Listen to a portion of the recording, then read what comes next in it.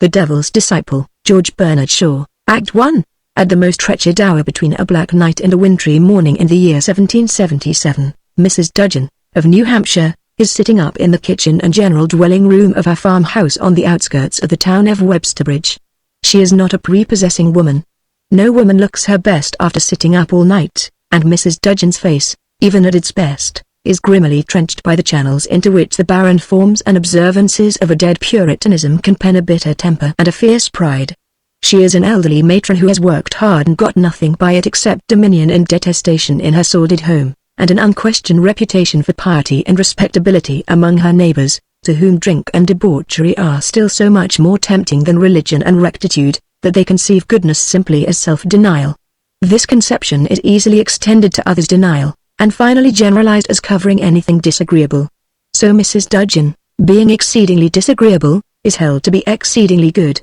Short of flat felony, she enjoys complete license except for amiable weaknesses of any sort, and is consequently, without knowing it, the most licentious woman in the parish on the strength of never having broken the 7th commandment or missed a Sunday at the Presbyterian Church. The year 1777 is the one in which the passions roused of the breaking off of the American colonies from England, more by their own weight than their own will, boiled up to shooting point, the shooting being idealized to the English mind as suppression of rebellion and maintenance of British dominion, and to the American as defense of liberty, resistance to tyranny, and self-sacrifice on the altar of the rights of man. Into the merits of these idealizations it is not here necessary to inquire, suffice it to say, without prejudice, that they have convinced both Americans and English that the most high-minded course for them to pursue is to kill as many of one another as possible, and that military operations to that end are in full swing, morally supported by confident requests from the clergy of both sides for the blessing of God on their arms. Under such circumstances many other women besides this disagreeable Mrs. Dudgeon find themselves sitting up all night waiting for news. Like her, too, they fall asleep towards morning at the risk of nodding themselves into the kitchen fire. Mrs. Dudgeon sleeps with a shawl over her head, and her feet on a broad fender of iron laths, the step of the domestic altar of the fireplace, with its huge hobs and boiler, and its hinged arm above the smoky mantel shelf for roasting. The plain kitchen table is opposite the fire, at her elbow, with a candle on it in a tin sconce. Her chair, like all the others in the room, is uncushioned and unpainted, but as it is a round railed back and a seat conventionally molded to the sitter's curves, it is comparatively a chair of state. The room has 3 doors, one on the same side as the fireplace, near the corner, leading to the best bedroom, one, at the opposite end of the opposite wall, leading to the scullery and wash-house, and the house door, with its latch, heavy lock, and clumsy wooden bar, in the front wall, between the window in its middle and the corner next the bedroom door. Between the door and the window a rack of pegs suggests to the deductive observer that the men of the house are all away, as there are no hats or coats on them. On the other side of the window the clock hangs on a nail, with its white wooden dial, black iron weights, and brass pendulum. Between the clock and the corner, a big cupboard, locked, stands on a dwarf dresser full of common crockery. On the side opposite the fireplace, between the door and the corner, a shamelessly ugly black horsehair sofa stands against the wall. An inspection of its stridulous surface shows that Mrs. Dudgeon is not alone. A girl of 16 or 17 has fallen asleep on it. She is a wild, timid-looking creature with black hair and tanned skin. Her frock, a scanty garment, is rent, weather-stained, berry-stained, and by no means scrupulously clean. It hangs on her with a freedom which, taken with her brown legs and bare feet, suggests no great stock of underclothing. Suddenly there comes a tapping at the door, not loud enough to wake the sleepers. Then knocking, which disturbs Mrs. Dudgeon a little. Finally the latch is tried, whereupon she springs up at once. Mrs. Dudgeon, threateningly. "Well, why don't you open the door?" She sees that the girl is asleep and immediately raises a clamor of heartfelt vexation. "Well, dear me. Now this is, shaking her, wake up, do you hear?" The girl, sitting up. "What is it, Mrs. Dudgeon? Wake up, and be ashamed of yourself, you unfeeling sinful girl, falling asleep like that, and your father hardly cold in his grave." The girl, half asleep still. "I didn't mean to. I dropped off," Mrs. Dudgeon, cutting her short. "Oh yes, you've plenty of excuses, I dare say." "Dropped off?" Fiercely, as the knocking recommences. "Why don't you get up and let your uncle in? After me waiting up all night for him." She pushes her rudely off the sofa. "There, I'll open the door, Much good you are to wait up. Go and mend that fire a bit. The girl, cowed and wretched, goes to the fire and puts a log on. Mrs. Dudgeon unbars the door and opens it, letting into the stuffy kitchen a little of the freshness and a great deal of the chill of the dawn, also her second son Christy, a fattish, stupid, fair-haired, round-faced man of about 22, muffled in a plaid shawl and grey overcoat. He hurries, shivering, to the fire, leaving Mrs. Dudgeon to shut the door. Christy, at the fire. FFF. But it is cold. Seeing the girl, and staring lumpishly at her, "Why, who are you?" The girl, shyly. "Essie, Mrs. Dudgeon." "Oh, you may well ask." To Essie, "Go to your room, child, and lie down since you haven't feeling enough to keep you awake. Your history isn't fit for your own ears to hear, Essie." "Aye, Mrs. Dudgeon," peremptorily. "Don't answer me, miss, but show your obedience by doing what I tell you." Essie, almost in tears, crosses the room to the door near the sofa. "And don't forget your prayers." Essie goes out. "She'd have gone to bed last night just as if nothing had happened if I'd let her." Christy, phlegmatically. "Well, she can't be expected to feel Uncle Peter's death like one of the family, Mrs. Dudgeon." "What are you talking about, child? Isn't she his daughter, the punishment of his wickedness and shame?" She assaults her chair by sitting down. Christy, staring. "Uncle Peter's daughter, Mrs. Dudgeon? Why else should she be here? Do ye think I've not had enough trouble and care put upon me bringing up my own girls, let alone you and your good-for-nothing brother, without having your uncle's bastards?" Christy, interrupting her with an apprehensive glance at the door by which Essie went out. "Sh. She may hear you, Mrs. Dudgeon," raising her voice. "Let her hear me. People who fear God don't fear to give the devil's work its right name." Christy, soullessly indifferent to the strife of good and evil, stares at the fire, warming himself. "Well, how long are you going to stare there like a stuck pig? What news have you for me?" Christy, taking off his hat and shawl and going to the rack to hang them up. "The minister is to break the news to you. He'll be here presently, Mrs. Dudgeon." "Break what news?" Christy, standing on tiptoe, from boyish habit, to hang his hat up, though he is quite tall enough to reach the peg, and speaking with callous placidity, considering the nature of the announcement. "Father's dead too, Mrs. Dudgeon, stupend." "Your father?" Christy, sulkily, coming back to the fire and warming himself again, attending much more to the fire than to his mother. "Well, it's not my fault. When we got to Nevinstown we found him ill in bed. He didn't know us at first. The minister sat up with him and sent me away. He died in the night." Mrs. Dudgeon, bursting into dry angry tears. "Well, I do think this is hard on me, very hard on me. His brother, that was a disgrace to us all his life, gets hanged on the public gallows as a rebel, and your father, instead of staying at home where his duty was, with his own family, goes after him and dies, leaving everything on my shoulders. After sending this girl to me to take care of, too." She plucks her shawl vexedly over her ears. "It's sinful, so it is, downright sinful." Christy, with a slow, bovine cheerfulness, after a pause. "I think it's going to be a fine morning, after all." Mrs. Dudgeon, railing at him. "A fine morning? And your father newly dead? Where's your feelings, child?" Christy, obstinately. "Well, I didn't mean any harm. I suppose a man may make a remark about the weather even if his father's dead." Mrs. Dudgeon, bitterly. "A nice comfort my children are to me. One son a fool, and the other a lost sinner that's left his home to live with smugglers and gypsies and villains, the scum of the earth." Someone knocks. Christy, without moving. "That's the minister." Mrs. Dudgeon, sharply. "Well, aren't you going to let Mr. Anderson in?" Christy goes sheepishly to the door. Mrs. Dudgeon buries her face in her hands, as it is her duty as a widow to be overcome with grief. Christy opens the door, and admits the minister, Anthony Anderson, a shrewd, genial, ready Presbyterian divine of about 50, with something of the authority of his profession in his bearing. But it is an altogether secular authority, sweetened by a conciliatory, sensible manner not at all suggestive of a quite thoroughgoing otherworldliness. He is a strong, healthy man, too, with a thick, sanguine neck, and his keen, cheerful mouth cuts into somewhat fleshy corners. No doubt an excellent parson, but still a man capable of making the most of this world, and perhaps a little apologetically conscious of getting on better with it than a sound Presbyterian ought. Anderson, to Christy, at the door, looking at Mrs. Dudgeon whilst he takes off his cloak. "Have you told her, Christy?" "She made me." He shuts the door, yawns, and loafs across to the sofa where he sits down and presently drops off to sleep. Anderson looks compassionately at Mrs. Dudgeon. Then he hangs his cloak and hat on the rack. Mrs. Dudgeon dries her eyes and looks up at him. Anderson. Sister, the Lord has laid his hand very heavily upon you, Mrs. Dudgeon, with intensely recalcitrant resignation. It's his will, I suppose, and I must bow to it. But I do think it hard. What call had Timothy to go to Springtown, and remind everybody that he belonged to a man that was being hanged and, spitefully, that deserved it, if ever a man did? Anderson, gently. They were brothers, Mrs. Dudgeon, Mrs. Dudgeon. Timothy never acknowledged him as his brother after we were married.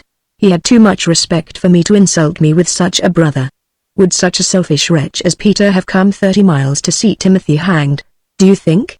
Not 30 yards, not he.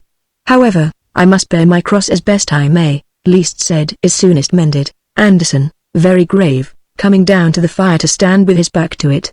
Your eldest son was present at the execution, Mrs. Dudgeon, disagreeably surprised. Richard? Anderson, nodding. Yes, Mrs. Dudgeon, vindictively. Let it be a warning to him. He may end that way himself. The wicked, dissolute, godless. She suddenly stops, her voice fails, and she asks, with evident dread, did Timothy see him, Anderson? Yes, Mrs. Dudgeon, holding her breath. Well, Anderson? He only saw him in the crowd, they did not speak. Mrs. Dudgeon, greatly relieved, exhales the pent-up breath and sits at her ease again. Your husband was greatly touched and impressed by his brother's awful death. Mrs. Dudgeon sneers. Anderson breaks off to demand with some indignation, well, wasn't it only natural, Mrs. Dudgeon? He softened towards his prodigal son in that moment.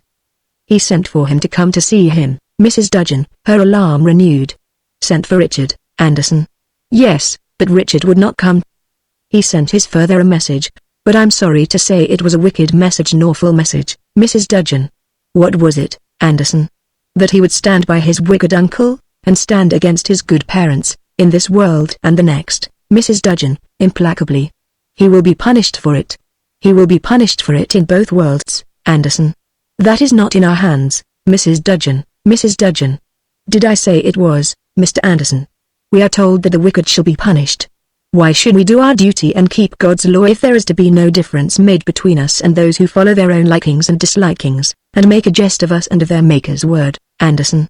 Well, Richard's earthly father has been merciful and his heavenly judge is the father of us all, Mrs. Dudgeon, forgetting herself. Richard's earthly father was a soft-headed, Anderson, shocked. Oh, Mrs. Dudgeon, with a touch of shame. Well, I am Richard's mother. If I am against him, who has any right to be for him? Trying to conciliate him, won't you sit down, Mr. Anderson? I should have asked you before, but I'm so troubled, Anderson. Thank you. He takes a chair from beside the fireplace, and turns it so that he can sit comfortably at the fire.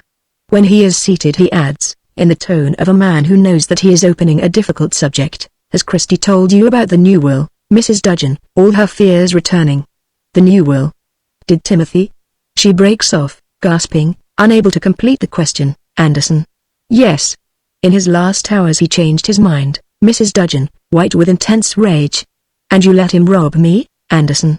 I had no power to prevent him giving what was his to his own son, Mrs. Dudgeon. He had nothing of his own. His money was the money I brought him as my marriage portion. It was for me to deal with my own money and my own son.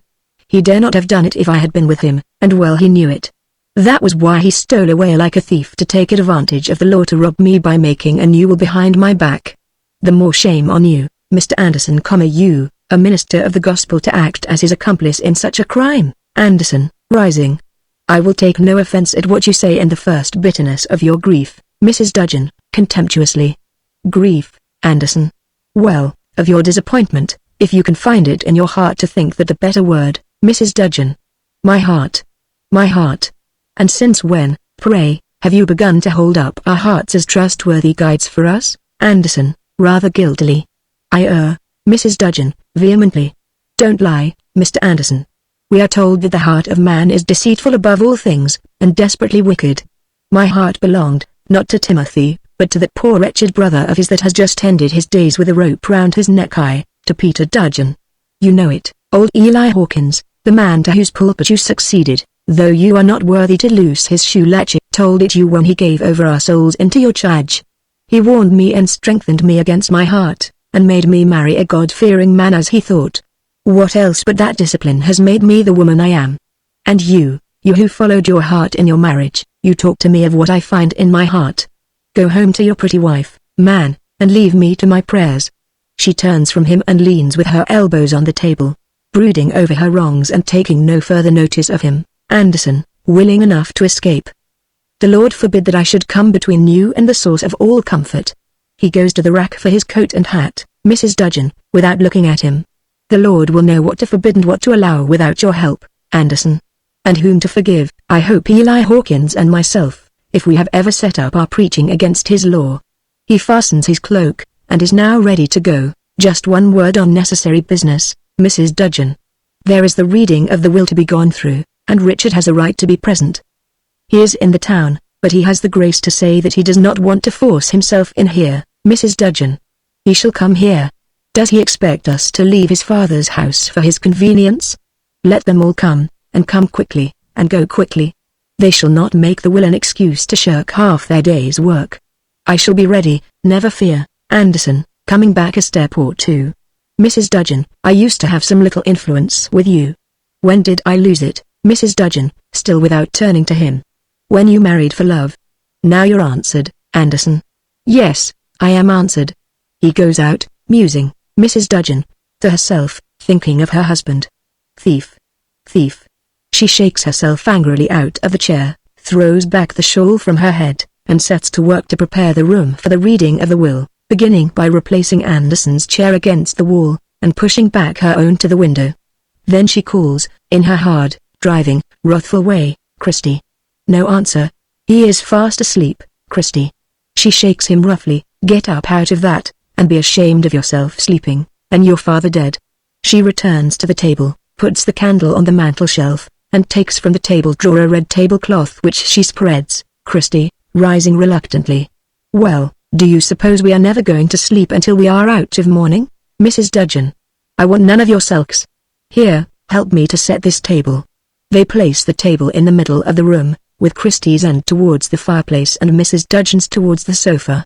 Christy drops the table as soon as possible, and goes to the fire, leaving his mother to make the final adjustments of its position. "We shall have the minister back here with the lawyer and all the family to read the will before you have done toasting yourself.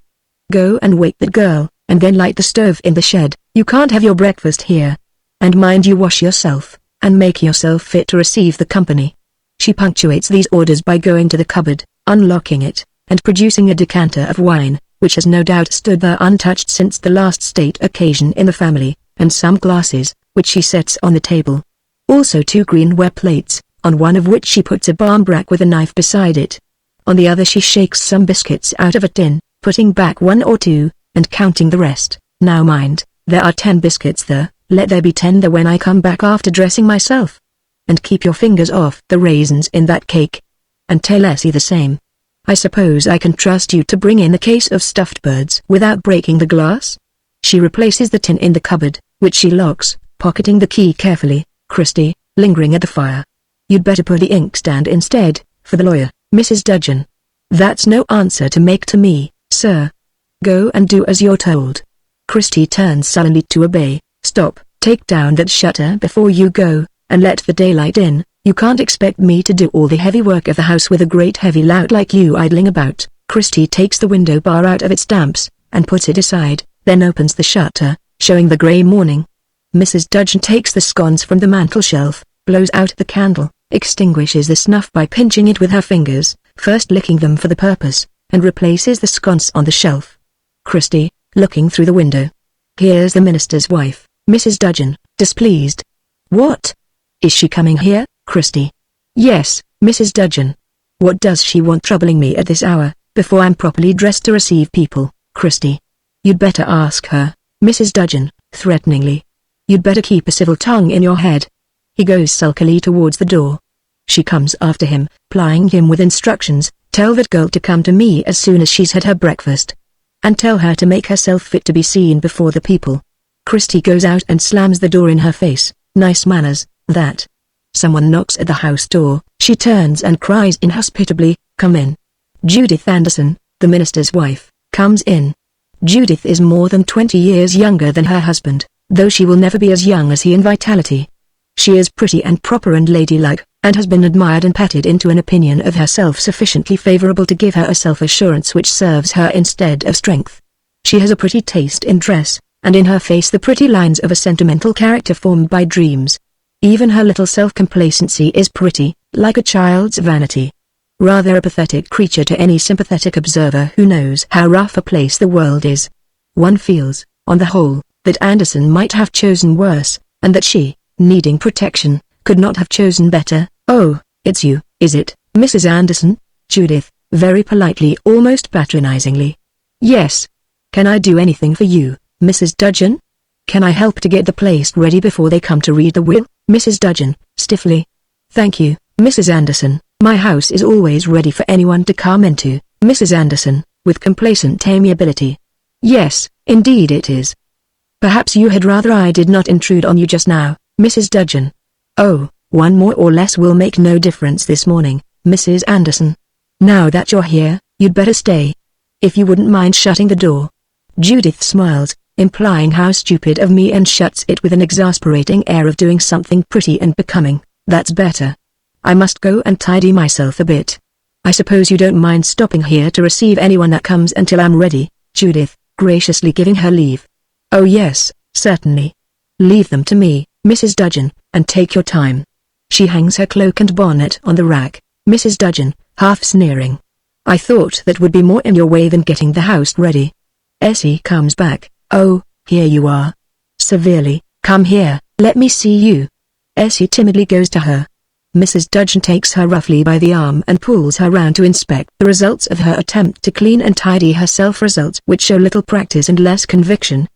"That's what you call doing your hair properly, I suppose. It's easy to see what you are, and how you were brought up." She throws her arms away, and goes on, peremptorily, "Now you listen to me and do as you're told. You sit down there in the corner by the fire, and when the company comes don't dare to speak until you're spoken to." Essie creeps away to the fireplace. "Your father's people had better see you and know you're there. They're as much bound to keep you from starvation as I am. At any rate they might help. But let me have no chattering and a making free with them, as if you were their equal. Do you hear, Essie?" "Yes, Mrs. Dudgeon." "Well, then go and do as you're told." Essie sits down miserably on the corner of the fender furthest from the door. "Never mind her, Mrs. Anderson, you know who she is and what she is. If she gives you any trouble, just tell me, and I'll settle accounts with her." Mrs. Dudgeon goes into the bedroom, shutting the door sharply behind her as if even it had to be made to do its duty. With a ruthless hand, Judith, patronizing Essie, and arranging the cake and wine on the table more becomingly. "You must not mind if your aunt is strict with you. She is a very good woman, and desires your good too." Essie, in listless misery. "Yes," Judith, annoyed with Essie for her failure to be consoled and edified, and to appreciate the kindly condescension of the remark. "You are not going to be sullen, I hope, Essie." "Essie. Number, Judith. That's a good girl." She places a couple of chairs at the table with their backs to the window, with a pleasant sense of being a more thoughtful housekeeper than Mrs. Dudgeon. "Do you know any of your father's relatives, Essie?" "No. They wouldn't have anything to do with him, they were too religious. Father used to talk about Dick Dudgeon, but I never saw him." Judith, ostentatiously shocked. "Dick Dudgeon. Essie, do you wish to be a really respectable and grateful girl, and to make a place for yourself here by steady good conduct?" Essie, very half-heartedly. "Yes, Judith." "Then you must never mention the name of Richard Dudgeon, never even think about him. He is a bad man." "Essie. What has he done, Judith?" "You must not ask questions about him, Essie. You are too young to know what it is to be a bad man. But he is a smuggler, and he lives with gypsies, and he has no love for his mother and his family, and he wrestles and plays games on Sunday instead of going to church. Never let him into your presence, if you can help it, Essie, and try to keep yourself and all womanhood unspotted by contact with such men, Essie." "Yes," Judith, again displeased. "I am afraid you say yes and no without thinking very deeply, Essie." "Yes. At least I mean," Judith, severely. "What do you mean, Essie?" almost crying. "Only my father was a smuggler, and someone knocks." "Judith. They are beginning to come. Now remember your aunt's directions, Essie, and be a good girl." Christy comes back with a stand of stuffed birds under a glass case, and an inkstand, which he places on the table. "Good morning, Mr. Dudgeon. Will you open the door, please? The people have come, Christie. Good morning. He opens the house door. The morning is now fairly bright and warm, and Anderson, who is the first to enter, has left his cloak at home. He is accompanied by Lawyer Hawkins, a brisk, middle-aged man in brown riding gaiters and yellow breeches, looking as much squire as solicitor. He and Anderson are allowed precedence as representing the learned professions. After them comes the family, headed by the senior uncle, William Dudgeon, a large, shapeless man, bottle-nosed and evidently no ascetic at table. His clothes are not the clothes, nor his anxious wife the wife, of a prosperous man. The junior uncle, Titus Dudgeon, is a wiry little terrier of man, with an immense and visibly purse-proud wife, both free from the cares of the William household. Hawkins at once goes briskly to the table and takes the chair nearest the sofa, Christie having left the inkstand there. He puts his hat on the floor beside him, and produces the will. Uncle William comes to the fire and stands on the hearth warming his coat-tails, leaving Mrs. William derelict near the door. Uncle Titus, who is the ladies' man of the family, rescues her by giving her his disengaged arm and bringing her to the sofa, where he sits down warmly between his own lady and his brothers. Anderson hangs up his hat and waits for a word with Judith. Judith. She will be here in a moment. Ask them to wait. She taps at the bedroom door. Receiving an answer from within, she opens it and passes through, Anderson, taking his place at the table at the opposite end to Hawkins. Our poor afflicted sister will be with us in a moment. Are we all here, Christie? At the house door, which he has just shut. All except Dick. The callousness with which Christie names the reprobate jars on the moral sense of the family. Uncle William shakes his head slowly and repeatedly. Mrs. Titus catches her breath convulsively through her nose. Her husband speaks. Uncle Titus. Well, I hope he will have the grace not to come. I hope so. The Dudgeons all murmur assent, except Christie, who goes to the window and posts himself there, looking out. Hawkins smiles secretively as if he knew something that would change their tune if they knew it. Anderson is uneasy. The love of solemn family councils, especially funereal ones, is not in his nature. Judith appears at the bedroom door. Judith, with gentle impressiveness. Friends, Mrs. Dudgeon. She takes the chair from beside the fireplace, and places it for Mrs. Dudgeon, who comes from the bedroom in black, with a clean handkerchief to her eyes. All rise, except Essie. Mrs. Titus and Mrs. William produce equally clean handkerchiefs and weep. It is an affecting moment, Uncle William. Would it comfort you, sister, if we were to offer up a prayer, Uncle Titus? Or sing a hymn, Anderson, rather hastily. I have been with our sister this morning already, friends. In our hearts we ask a blessing, all, except Essie. Amen. They all sit down, except Judith, who stands behind Mrs. Dudgeon's chair. Judith, to Essie. Essie. Did you say amen, Essie, scaredly? Judith. Then say it, like a good girl, Essie. Amen, Uncle William, encouragingly. That's right, that's right. We know who you are, but we are willing to be kind to you if you are a good girl and deserve it. We are all equal before the throne. This Republican sentiment does not please the women, who are convinced that the throne is precisely the place where their superiority, often questioned in this world, will be recognized and rewarded. Christie, at the window. Here's Dick. Anderson and Hawkins look round sociably. Essie, with a gleam of interest breaking through her misery, looks up. Christie grins and gapes expectantly at the door. The rest are petrified with the intensity of their sense of virtue menaced with outrage by the approach of flaunting vice. The reprobate appears in the doorway, graced beyond his alleged merits by the morning sunlight. He is certainly the best-looking member of the family, but his expression is reckless and sardonic, his manner defiant and satirical, his dress picturesquely careless. Only his forehead and mouth betray an extraordinary steadfastness, and his eyes are the eyes of a fanatic. Richard, on the threshold, taking off his hat. Ladies and gentlemen, your servant, your very humble servant. With this comprehensive insult, he throws his hat to Christie with a suddenness that makes him jump like a negligent wicket-keeper, and comes into the middle of the room, where he turns and deliberately surveys the company. How happy you all look. How glad to see me. He turns towards Mrs. Dudgeon's chair, and his lip rolls up horribly from his dog tooth as he meets her look of undisguised hatred. Well, mother, keeping up appearances as usual?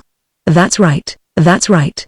Judith pointedly moves away from his neighborhood to the other side of the kitchen, holding her skirt instinctively as if to save it from contamination.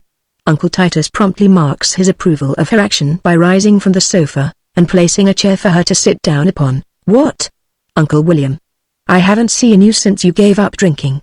Poor Uncle William, shamed, would protest, but Richard claps him heartily on his shoulder, adding, You have given it up, haven't you? Releasing him with a playful push, Of course you have, quite right too, you overdid it. He turns away from Uncle William and makes for the sofa, and now, where is the upright horsey dealer Uncle Titus? Uncle Titus, come forth.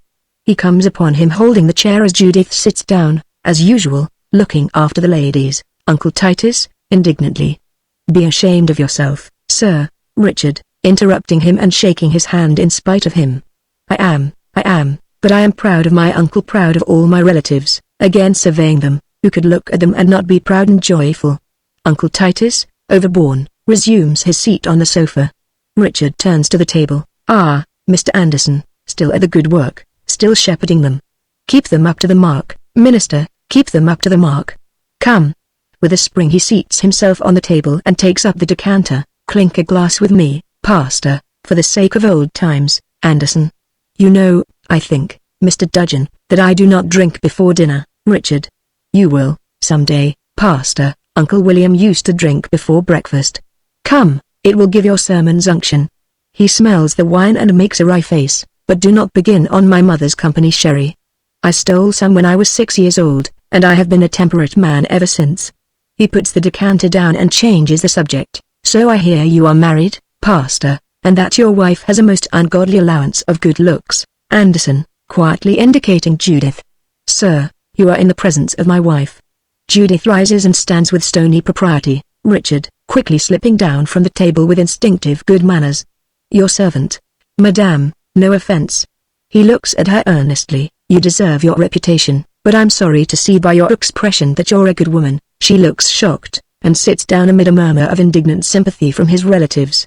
Anderson, sensible enough to know that these demonstrations can only gratify and encourage a man who is deliberately trying to provoke them, remains perfectly good-humored. All the same, Pastor, I respect you more than I did before. By the way, did I hear, or did I not, that our late lamented Uncle Peter, though unmarried, was a father? Uncle Titus. He had only one irregular child, Sir Richard. Only one. He thinks one a mere trifle. I blush for you, Uncle Titus, Anderson. Mr. Dudgeon, you are in the presence of your mother and her grief, Richard. It touches me profoundly, Pastor. By the way, what has become of the irregular child, Anderson, pointing to Essie? There, sir, listening to you, Richard, shocked into sincerity. What? Why the devil didn't you tell me that before? Children suffer enough in this house without. He hurries remorsefully to Essie. Come, little cousin. Never mind me, it was not meant to hurt you. She looks up gratefully at him. Her tear-stained face affects him violently, and he bursts out, in a transport of wrath, who has been making her cry? Who has been ill-treating her? By God, Mrs. Dudgeon, rising and confronting him. Silence your blasphemous tongue. I will hear no more of this. Leave my house, Richard. How do you know it's your house until the will is read? They look at one another for a moment with intense hatred, and then she sinks, checkmated, into her chair. Richard goes boldly up past Anderson to the window, where he takes the railed chair in his hand. Ladies and gentlemen, as the eldest son of my late father, and the unworthy head of this household, I bid you welcome. By your leave, Minister Anderson, by your leave, Lawyer Hawkins. The head of the table for the head of the family. He places the chair at the table between the minister and the attorney, sits down between them, and addresses the assembly with a presidential air. We meet on a melancholy occasion, a father dead. An uncle actually hanged, and probably damned. He shakes his head deploringly. The relatives freeze with horror. That's right, pull your longest faces. His voice suddenly sweetens gravely as his glance lights on Essie, provided only there is hope in the eyes of the child. Briskly, now then, Lawyer Hawkins, business, business. Get on with the will, man, Titus. Do not let yourself be ordered or hurried, Mr. Hawkins. Hawkins, very politely and willingly. Mr. Dudgeon means no offense, I feel sure. I will not keep you 1 second, Mr. Dudgeon. Just while I get my glasses, he fumbles for them. The Dudgeons look at one another with misgiving. Richard. Aha. They notice your civility, Mr. Hawkins. They are prepared for the worst. A glass of wine to clear your voice before you begin. He pours out one for him and hands it, then pours one for himself. Hawkins. Thank you, Mr. Dudgeon. Your good health, Sir Richard. Yours, sir.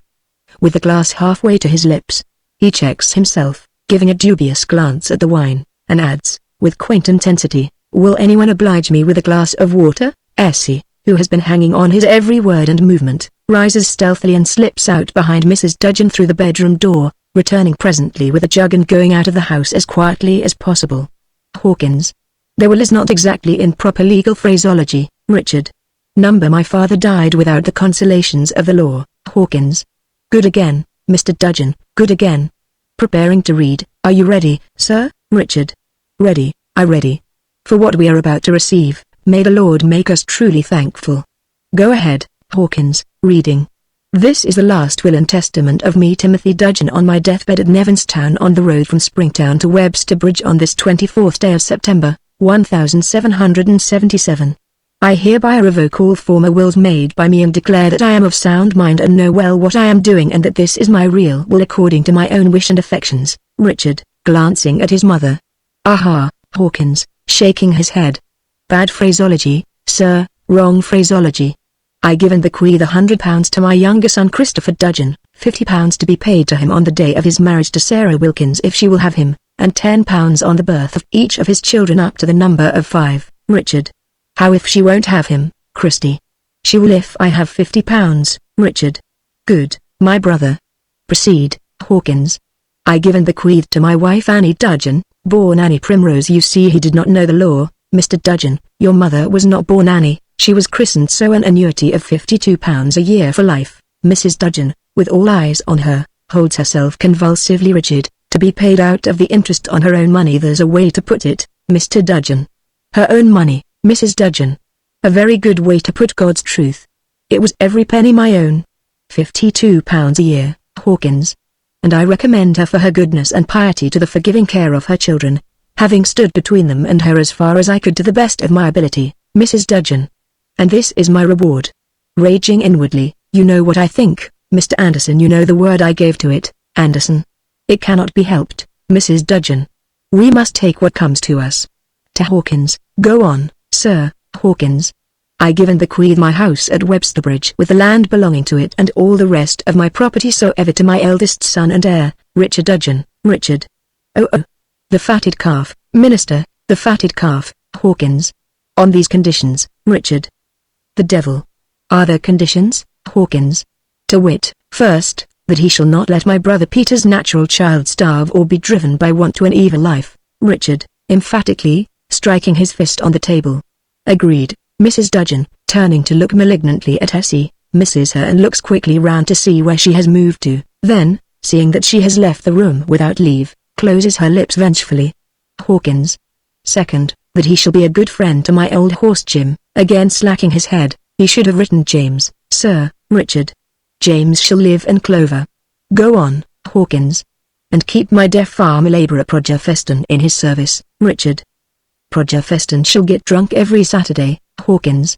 Third, that he make Christy a present on his marriage out of the ornaments in the best room, Richard, holding out the stuffed birds. Here you are, Christy, disappointed. I'd rather have the china peacocks, Richard. You shall have both. Christy is greatly pleased. Go on, Hawkins.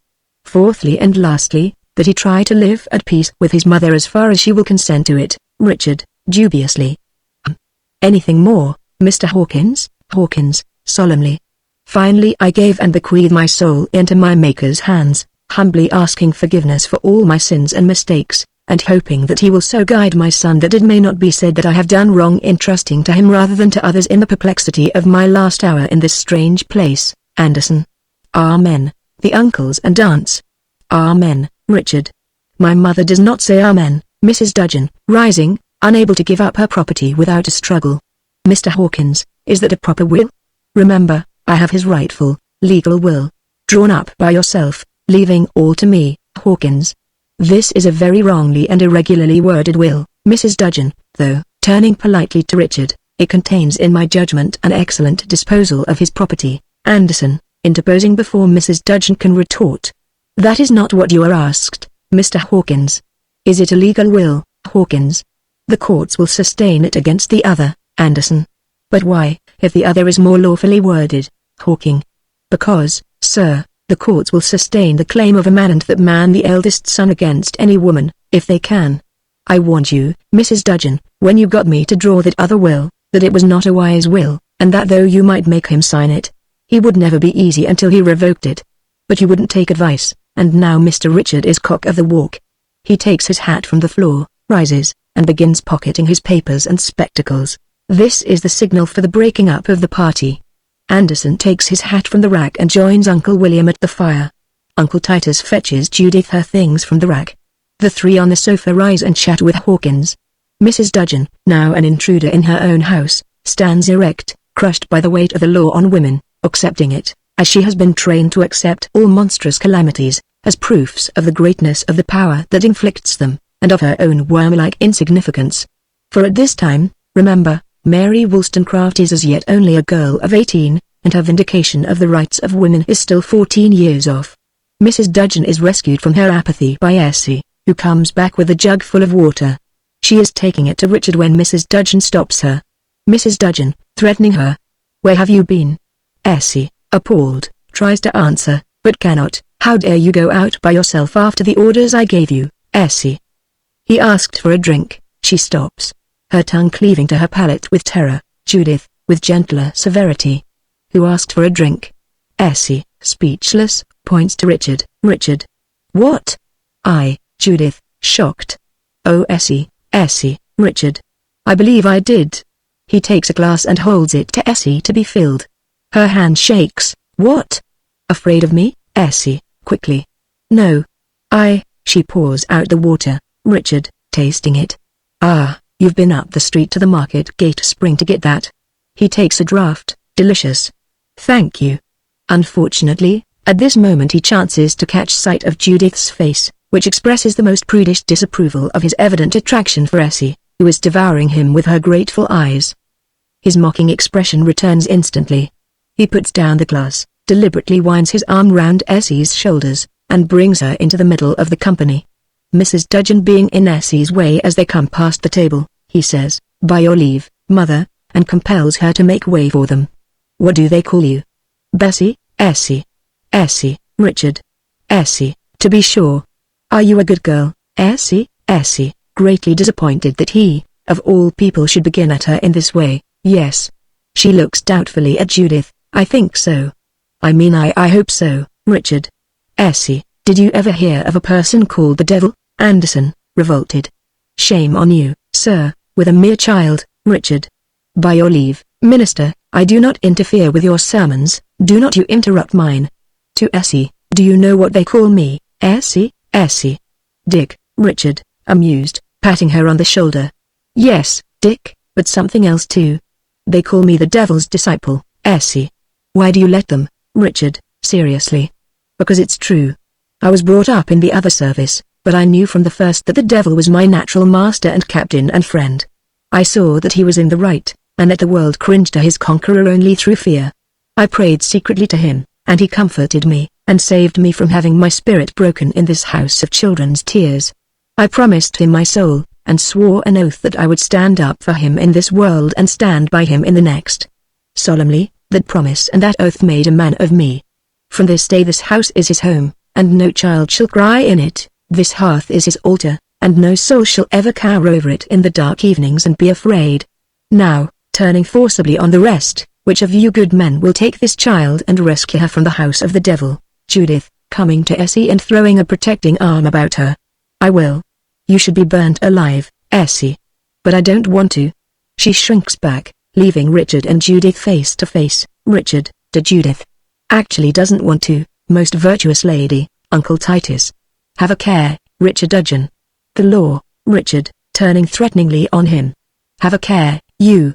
In an hour from this there will be no law here but martial law. I passed the soldiers within 6 miles on my way here. Before noon Major Swindon's gallows for rebels will be up in the market-place." Anderson, calmly. "What have we to fear from that, sir?" Richard. "More than you think. He hanged the wrong man at Springtown.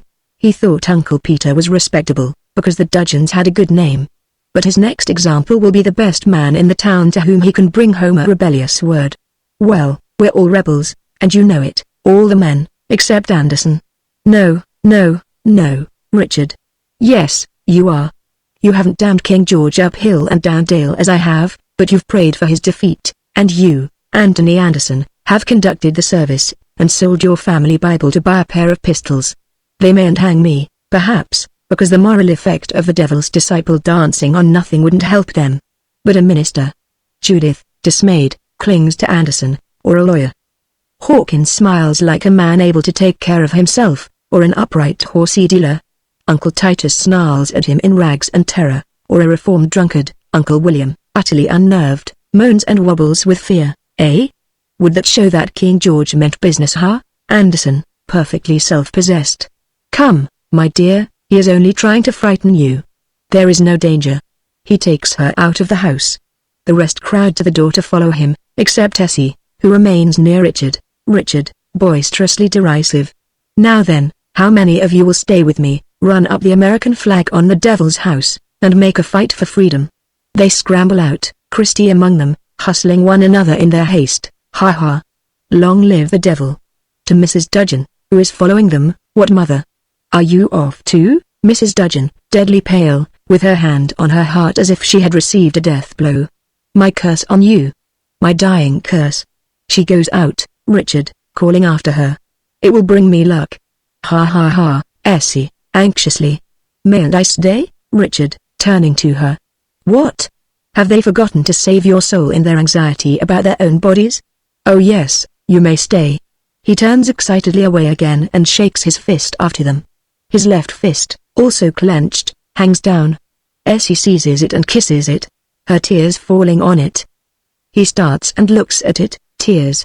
The devil's baptism. She falls on her knees, sobbing. He stoops good-naturedly to raise her, saying, Oh yes, you may cry that way, Essie, if you like. Act 2.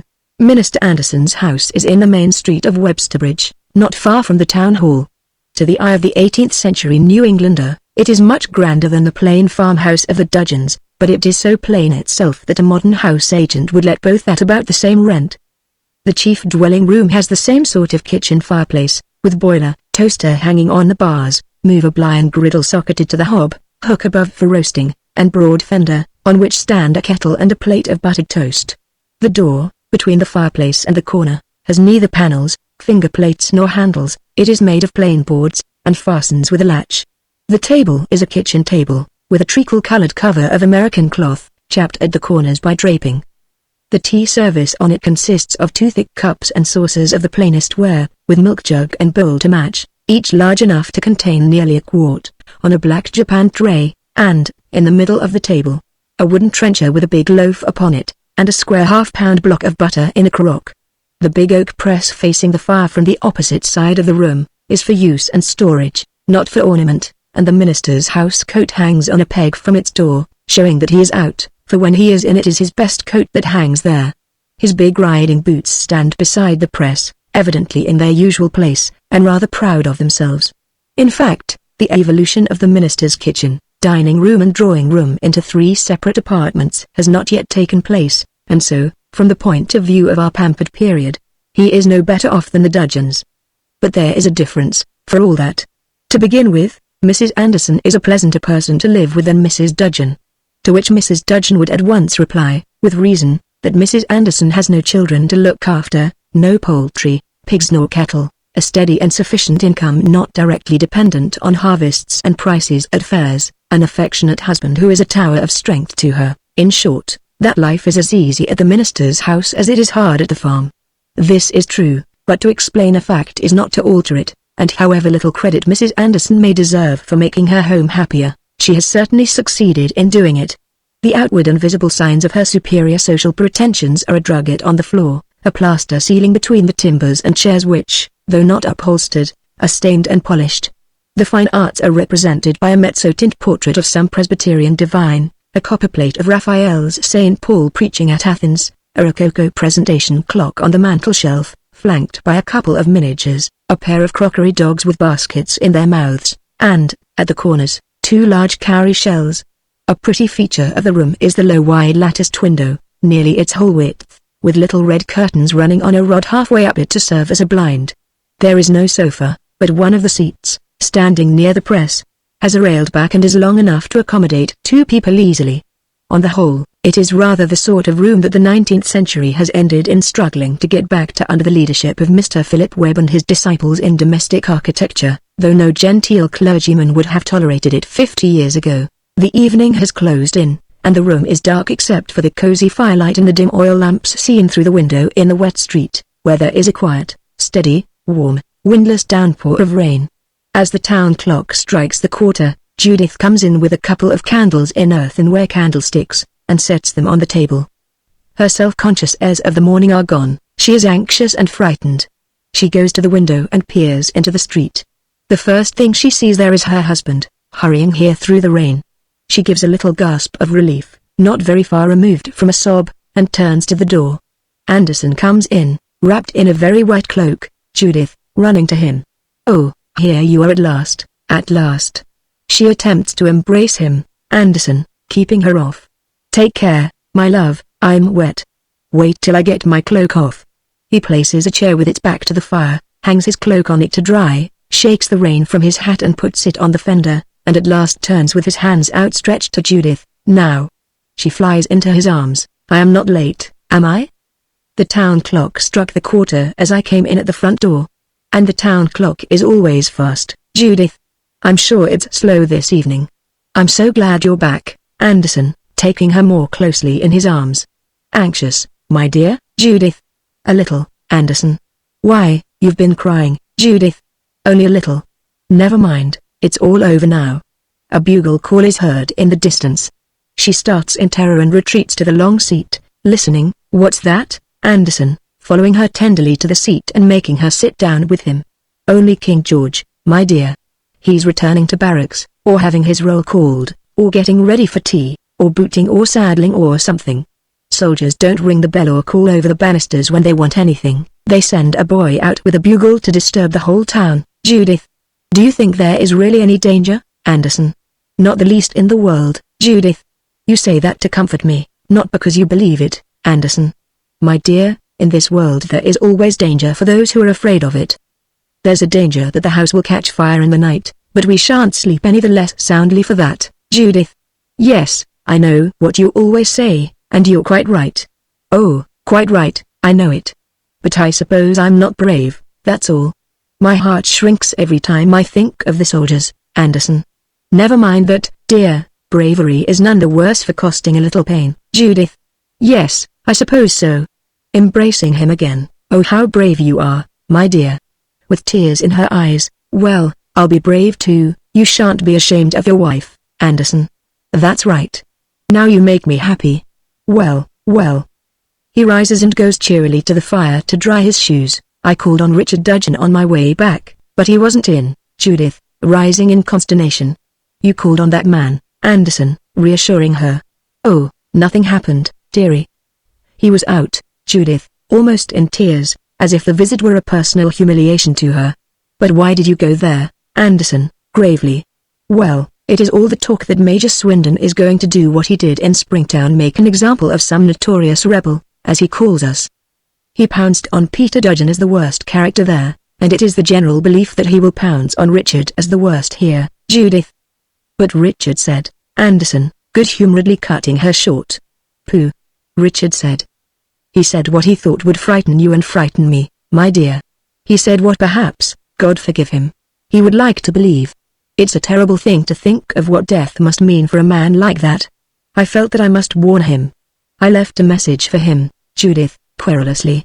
"What message, Anderson?" "Only that I should be glad to see him for a moment on a matter of importance to himself, and that if he would look in here when he was passing he would be welcome," Judith, aghast. "You asked that man to come here, Anderson?" "I did," Judith, sinking on the seat and clasping her hands. "I hope he won't come." "Oh, I pray that he may not come, Anderson." "Why? Don't you want him to be warned, Judith? He must know his danger." "Oh, Tony, is it wrong to hate a blasphemer and a villain?" "I do hate him. I can't get him out of my mind. I know he will bring harm with him. He insulted you, he insulted me, he insulted his mother," Anderson, quaintly. "Well, dear, Let's forgive him, and then it won't matter, Judith.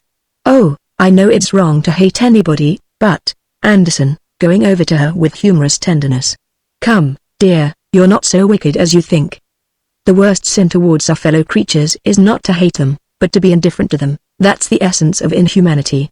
After all, my dear, if you watch people carefully, you'll be surprised to find how like hate is to love. She starts, strangely touched, even appalled. He is amused at her. Yes, I'm quite in earnest. Think of how some of our married friends worry one another, tax one another, are jealous of one another, can't bear to let one another out of sight for a day, are more like jailers and slave owners than lovers. Think of those very same people with their enemies, scrupulous, lofty, self-respecting, determined to be independent of one another, careful of how they speak of one another. Pooh. Haven't you often thought that if they only knew it, they were better friends to their enemies than to their own husbands and wives? Come, depend on it, my dear, you are really fonder of Richard than you are of me, if you only knew it. Eh, Judith? Oh, don't say that, Tony, even in jest.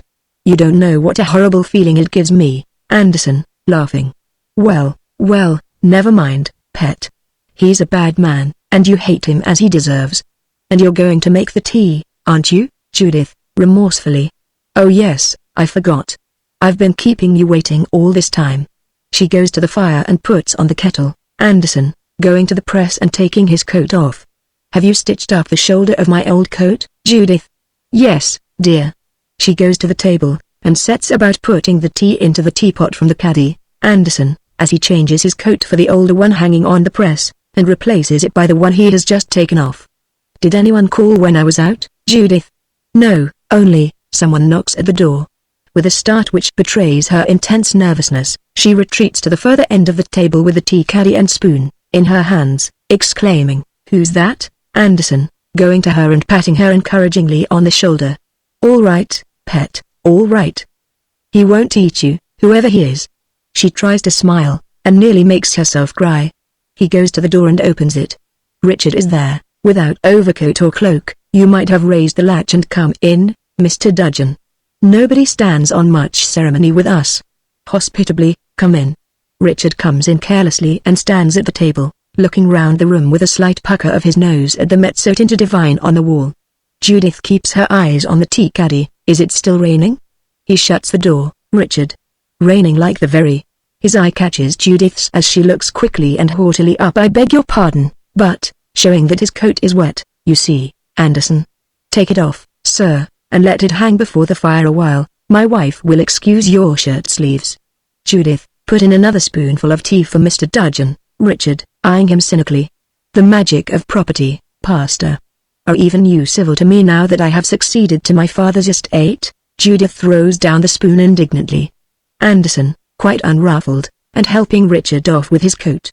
I think, sir, that since you accept my hospitality, you cannot have so bad an opinion of it. Sit down. With the coat in his hand, he points to the railed seat. Richard, in his shirt sleeves, looks at him half quarrelsomely for a moment, then, with a nod, acknowledges that the minister has got the better of him, and sits down on the seat. Anderson pushes his cloak into a heap on the seat of the chair at the fire, and hangs Richard's coat on the back in its place. Richard. I come, sir, on your own invitation. You left word you had something important to tell me, Anderson. I have a warning which it is my duty to give you. Richard, quickly rising. You want to preach to me? Excuse me, I prefer a walk in the rain. He makes for his coat. Anderson, stopping him. Don't be alarmed, sir, I am no great preacher. You are quite safe. Richard smiles in spite of himself. His glance softens, he even makes a gesture of excuse. Anderson, seeing that he has tamed him, now addresses him earnestly. Mr. Dudgeon, you are in danger in this town. Richard. What danger, Anderson? Your uncle's danger. Major Swindon's gallows. Richard. It is you who are in danger. I warned you, Anderson, interrupting him good-humoredly but authoritatively. Yes, Mr. Dudgeon, but they do not think so in the town. And even if I were in danger, I have duties here I must not forsake. But you are a free man. Why should you run any risk, Richard? Do you think I should be any great loss, Minister, Anderson? I think that a man's life is worth saving, whoever it belongs to. Richard makes him an ironical bow. Anderson returns the bow humorously. Come, You'll have a cup of tea, to prevent you catching cold, Richard. I observe that Mrs. Anderson is not quite so pressing as you are, Pastor. Judith, almost stifled with resentment, which she has been expecting her husband to share and express for her at every insult of Richard's. You are welcome for my husband's sake. She brings the teapot to the fireplace and sets it on the hob. Richard. I know I am not welcome for my own, Madame. He rises, but I think I will not break bread here, Minister Anderson, cheerily. Give me a good reason for that, Richard. Because there is something in you that I respect, and that makes me desire to have you for my enemy, Anderson. That's well said. On those terms, sir, I will accept your enmity or any man's. Judith, Mr. Dudgeon will stay to tea. Sit down, it will take a few minutes to draw by the fire. Richard glances at him with a troubled face, then sits down with his head bent, to hide a convulsive swelling of his throat. I was just saying to my wife, Mr. Dudgeon, that enmity. She grasps his hand and looks imploringly at him, doing both with an intensity that checks him at once. Well, I mustn't tell you, I see, but it was nothing that need leave us worse friend-enemies. I mean, Judith is a great enemy of yours, Richard. If all my enemies were like Mrs. Anderson I should be the best Christian in America. Anderson, gratified, patting her hand. You hear that, Judith? Mr. Dudgeon knows how to turn a compliment. The latch is lifted from without. Judith, starting. Who is that? Christie comes in. Christie, stopping and staring at Richard. Oh, are you here, Richard? Yes. Begone, you fool, Mrs. Anderson doesn't want the whole family to tea at once. Christie, coming further in. Mother's very ill, Richard. Well, does she want to see me, Christie? Number, Richard. I thought not, Christie.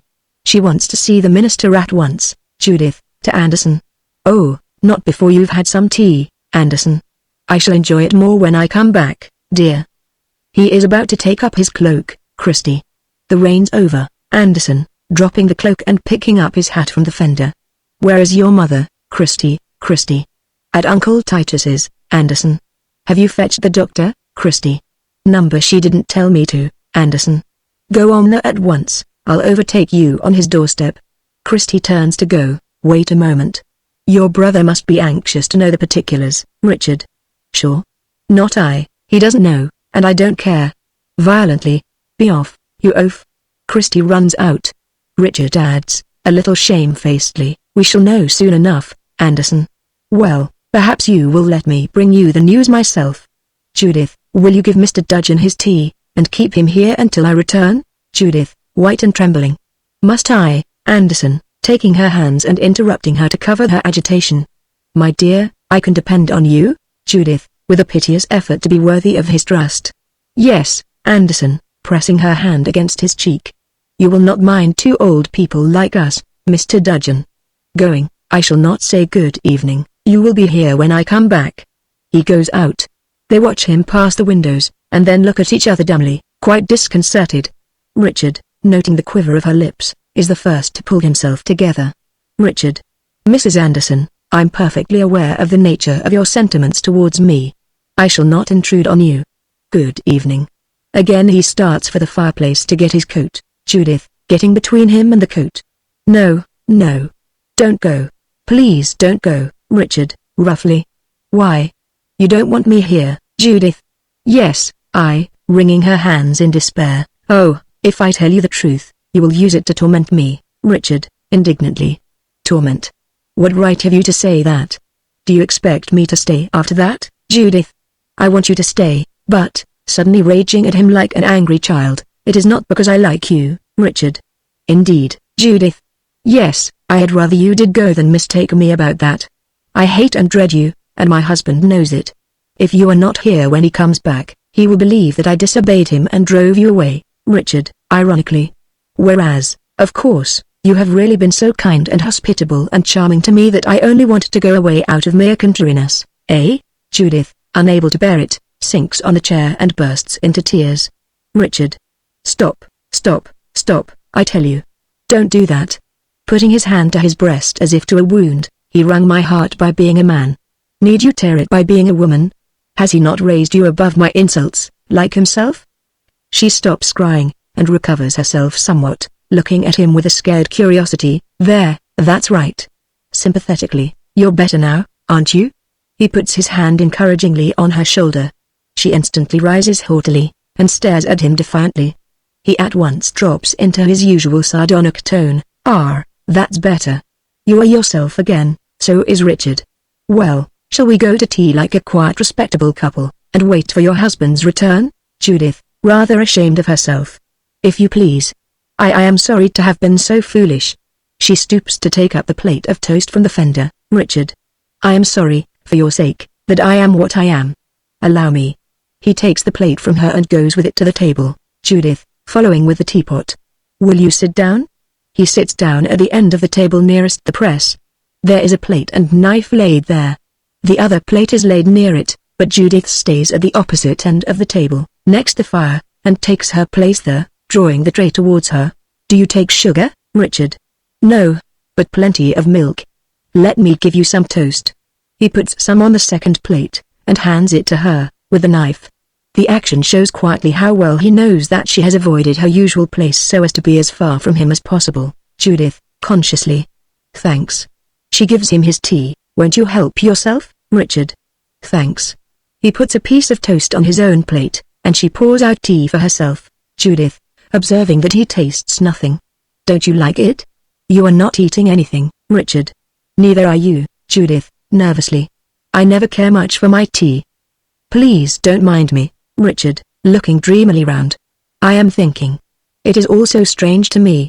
I can see the beauty and peace of this home. I think I have never been more at rest in my life than at this moment, and yet I know quite well I could never live here.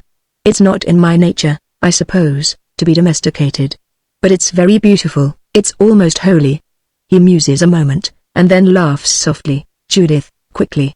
"Why do you laugh, Richard?" "I was thinking that if any stranger came in here now, he would take us for man and wife." Judith, taking offense. "You mean, I suppose, that you are more my age than he is?" Richard, staring at this unexpected turn. "I never thought of such a thing." Sardonic again. "I see there is another side to domestic joy." Judith, angrily. "I would rather have a husband whom everybody respects than Richard. Than the devil's disciple." "You are right, but I dare say your love helps him to be a good man, just as your hate helps me to be a bad one." "Judith, my husband has been very good to you. He has forgiven you for insulting him, and is trying to save you. Can you not forgive him for being so much better than you are? How dare you belittle him by putting yourself in his place, Richard?" "Did I, Judith?" "Yes, you did. You said that if anybody came in they would take us for man and—" She stops, terror-stricken, as a squad of soldiers tramps past the window. "The English soldiers? Oh, what do they?" Richard, listening. A voice, outside. "Halt. 4 outside, 2 in with me." Judith half rises, listening and looking with dilated eyes at Richard, who takes up his cup prosaically, and is drinking his tea when the latch goes up with a sharp click, and an English sergeant walks into the room with 2 privates, who post themselves at the door. He comes promptly to the table between them. The sergeant. "Sorry to disturb you, Mum." Duty. "Anthony Anderson, I arrest you in King George's name as a rebel." Judith, pointing at Richard. "But that is not." He looks up quickly at her, with a face of iron. She stops her mouth hastily with the hand she has raised to indicate him, and stands staring affrightedly. The sergeant. "Come, parson, put your coat on and come along." Richard.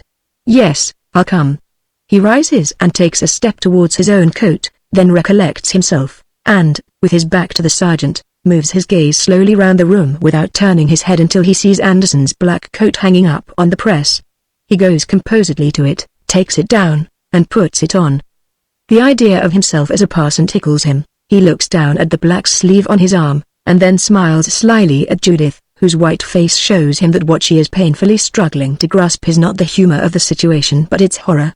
He turns to the sergeant, who is approaching him with a pair of handcuffs hidden behind him, and says lightly, "Did you ever arrest a man of my cloth before, Sergeant?" The sergeant, instinctively respectful, half to the black coat, half to Richard's good breeding. "Well, no sir. At least, only an army chaplain." Showing the handcuffs. "I'm sorry, but duty, Richard." "Just so, Sergeant." "Well, I'm not ashamed of them, thank you kindly for the apology." He holds out his hands, Sergeant, not availing himself of the offer. "One gentleman to another, sir." Wouldn't you like to say a word to your missus, sir, before you go, Richard, smiling. Oh, we shall meet again before meaning before you hang me, Sergeant, loudly, with ostentatious cheerfulness. Oh, of course, of course. No call for the lady to distress herself. Still, in a lower voice, intended for Richard alone, your last chance, sir. They look at one another significantly for a moment.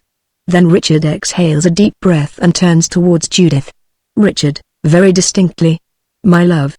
She looks at him, pitiably pale, and tries to answer, but tries also to come to him, but cannot trust herself to stand without the support of the table. This gallant gentleman is good enough to allow us a moment of leave-taking. The sergeant retires delicately and joins his men near the door. He is trying to spare you the truth, but you had better know it. Are you listening to me? She signifies assent. Do you understand that I am going to my death? She signifies that she understands. Remember, you must find our friend who was with us just now. Do you understand? She signifies yes. See that you get him safely out of harm's way. Don't for your life let him know of my danger, but if he finds it out, tell him that he cannot save me, they would hang him, and they would not spare me. And tell him that I am steadfast in my religion as he is in his, and that he may depend on me to the death. He turns to go, and meets the eye of the sergeant, who looks a little suspicious.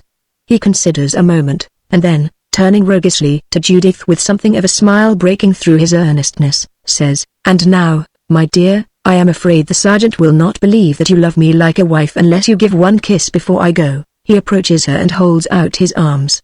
She quits the table and almost falls into them. Judith, the words choking her. I ought to. It's murder, Richard. Number only a kiss, softly to her, for his sake, Judith. I can't.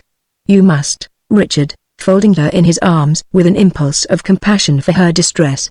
My poor girl, Judith, with a sudden effort, throws her arms round him, kisses him, and swoons away, dropping from his arms to the ground as if the kiss had killed her. Richard, going quickly to the sergeant. Now, sergeant, quick, before she comes to. The handcuffs. He puts out his hands, sergeant, pocketing them.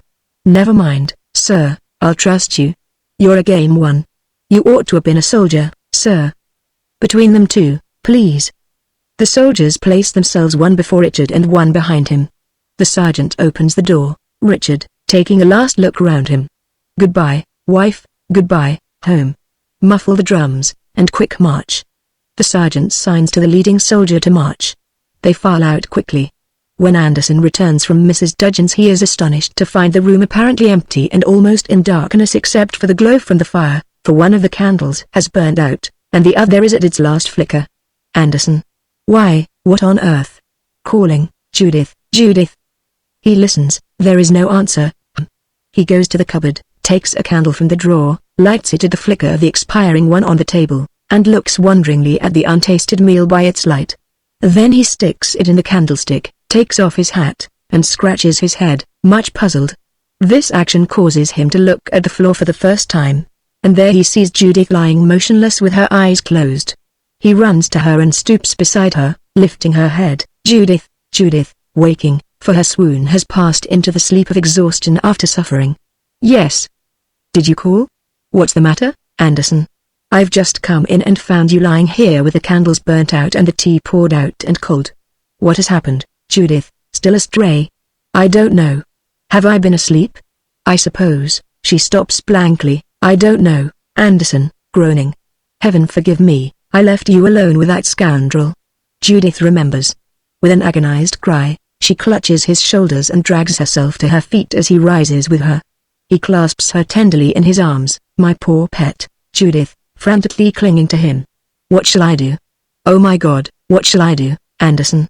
Never mind, my dearest dear, it was my fault. Come, you're safe now, and you're not hurt, are you? He takes his arms from her to see whether she can stand. There, that's right, that's right. If only you are not hurt, nothing else matters, Judith. No, I'm not hurt, Anderson. Thank heaven for that. Come now, leading her to the railed seat and making her sit down beside him. Sit down and rest, you can tell me about it tomorrow. Or, misunderstanding her distress, you shall not tell me at all if it worries you. There. Cheerfully, I'll make you some fresh tea, that will set you up again. He goes to the table, and empties the teapot into the slop bowl. Judith, in a strained tone. Tony, Anderson. Yes, dear, Judith. Do you think we are only in a dream now? Anderson, glancing round at her for a moment with a pang of anxiety, though he goes on steadily and cheerfully putting fresh tea into the pot. Perhaps so, pet. But you may as well dream a cup of tea when you're about it, Judith. Oh, stop, stop. You don't know. Distracted, she buries her face in her knotted hands. Anderson, breaking down and coming to her. My dear, what is it? I can't bear it any longer, you must tell me. It was all my fault, I was mad to trust him, Judith. Number, don't say that. You mustn't say that. Oh no, Number, I can't. Tony, don't speak to me. Take my hands, both my hands. He takes them, wondering, make me think of you, not of him. There's danger, frightful danger, but it is your danger, and I can't keep thinking of it. I can't, my mind goes back to his danger. He must be saved. Number, you must be saved. You. She springs up as if to do something or go somewhere, exclaiming, oh, heaven help me. Anderson, keeping his seat and holding her hands with resolute composure. Calmly, my pet. You're quite distracted, Judith. I may well be. I don't know what to do. Tearing her hands away, I must save him. Anderson rises in alarm as she runs wildly to the door. It is opened in her face by Essie, who hurries in, full of anxiety. The surprise is so disagreeable to Judith that it brings her to her senses. Her tone is sharp and angry as she demands, what do you want, Essie? I was to come to you, Anderson. Who told you to? Essie, staring at him, as if his presence astonished her. Are you here, Judith? Of course. Don't be foolish, child, Anderson. Gently, dearest, you'll frighten her. Going between them, come here, Essie. She comes to him. Who sent you, Essie? Dick. He sent me word by a soldier. I was to come here at once and do whatever Mrs. Anderson told me. Anderson, enlightened. A soldier. Ah, I see it all now. They have arrested Richard. Judith makes a gesture of despair. Essie. No. I asked the soldier. Dick's safe. But the soldier said you had been taken, Anderson. Bewildered, he turns to Judith for an explanation. Judith, coaxingly, all right, dear, I understand. To Essie, thank you, Essie, for coming, but I don't need you now. You may go home. Essie, suspicious, are you sure Dick has not been touched? Perhaps he told the soldier to say it was the minister. Anxiously, Mrs. Anderson, do you think it can have been that, Anderson? Tell her the truth if it is so, Judith. She will learn it from the first neighbor she meets in the street. Judith turns away and covers her eyes with her hands. Essie, wailing. But what will they do to him? Oh, what will they do to him? Will they hang him? Judith shudders convulsively, and throws herself into the chair in which Richard sat at the tea table. Anderson, patting Essie's shoulder and trying to comfort her. I hope not. Perhaps if you're very quiet and patient, we may be able to help him in some way, Essie. Yes, help him, yes. I'll be good, Anderson. I must go to him at once. Judith, springing up. Oh no. You must go away, far away, to some place of safety, Anderson. Pooh, Judith, passionately. Do you want to kill me? Do you think I can bear to live for days and days with every knock at the door, every footstep giving me a spasm of terror? To lie awake for nights and nights in an agony of dread, listening for them to come and arrest you, Anderson? Do you think it would be better to know that I had run away from my post at the first sign of danger? Judith, bitterly. Oh, you won't go. I know it. You'll stay, and I shall go mad, Anderson. My dear, your duty, Judith, fiercely. What do I care about my duty, Anderson, shocked. Judith, I am doing my duty. I am clinging to my duty. My duty is to get you away, to save you, to leave him to his fate.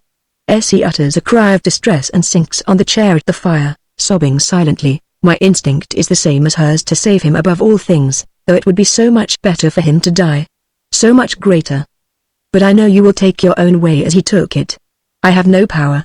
She sits down sullenly on the railed seat. I'm only a woman, I can do nothing but sit here and suffer. Only, tell him I tried to save you, that I did my best to save you, Anderson.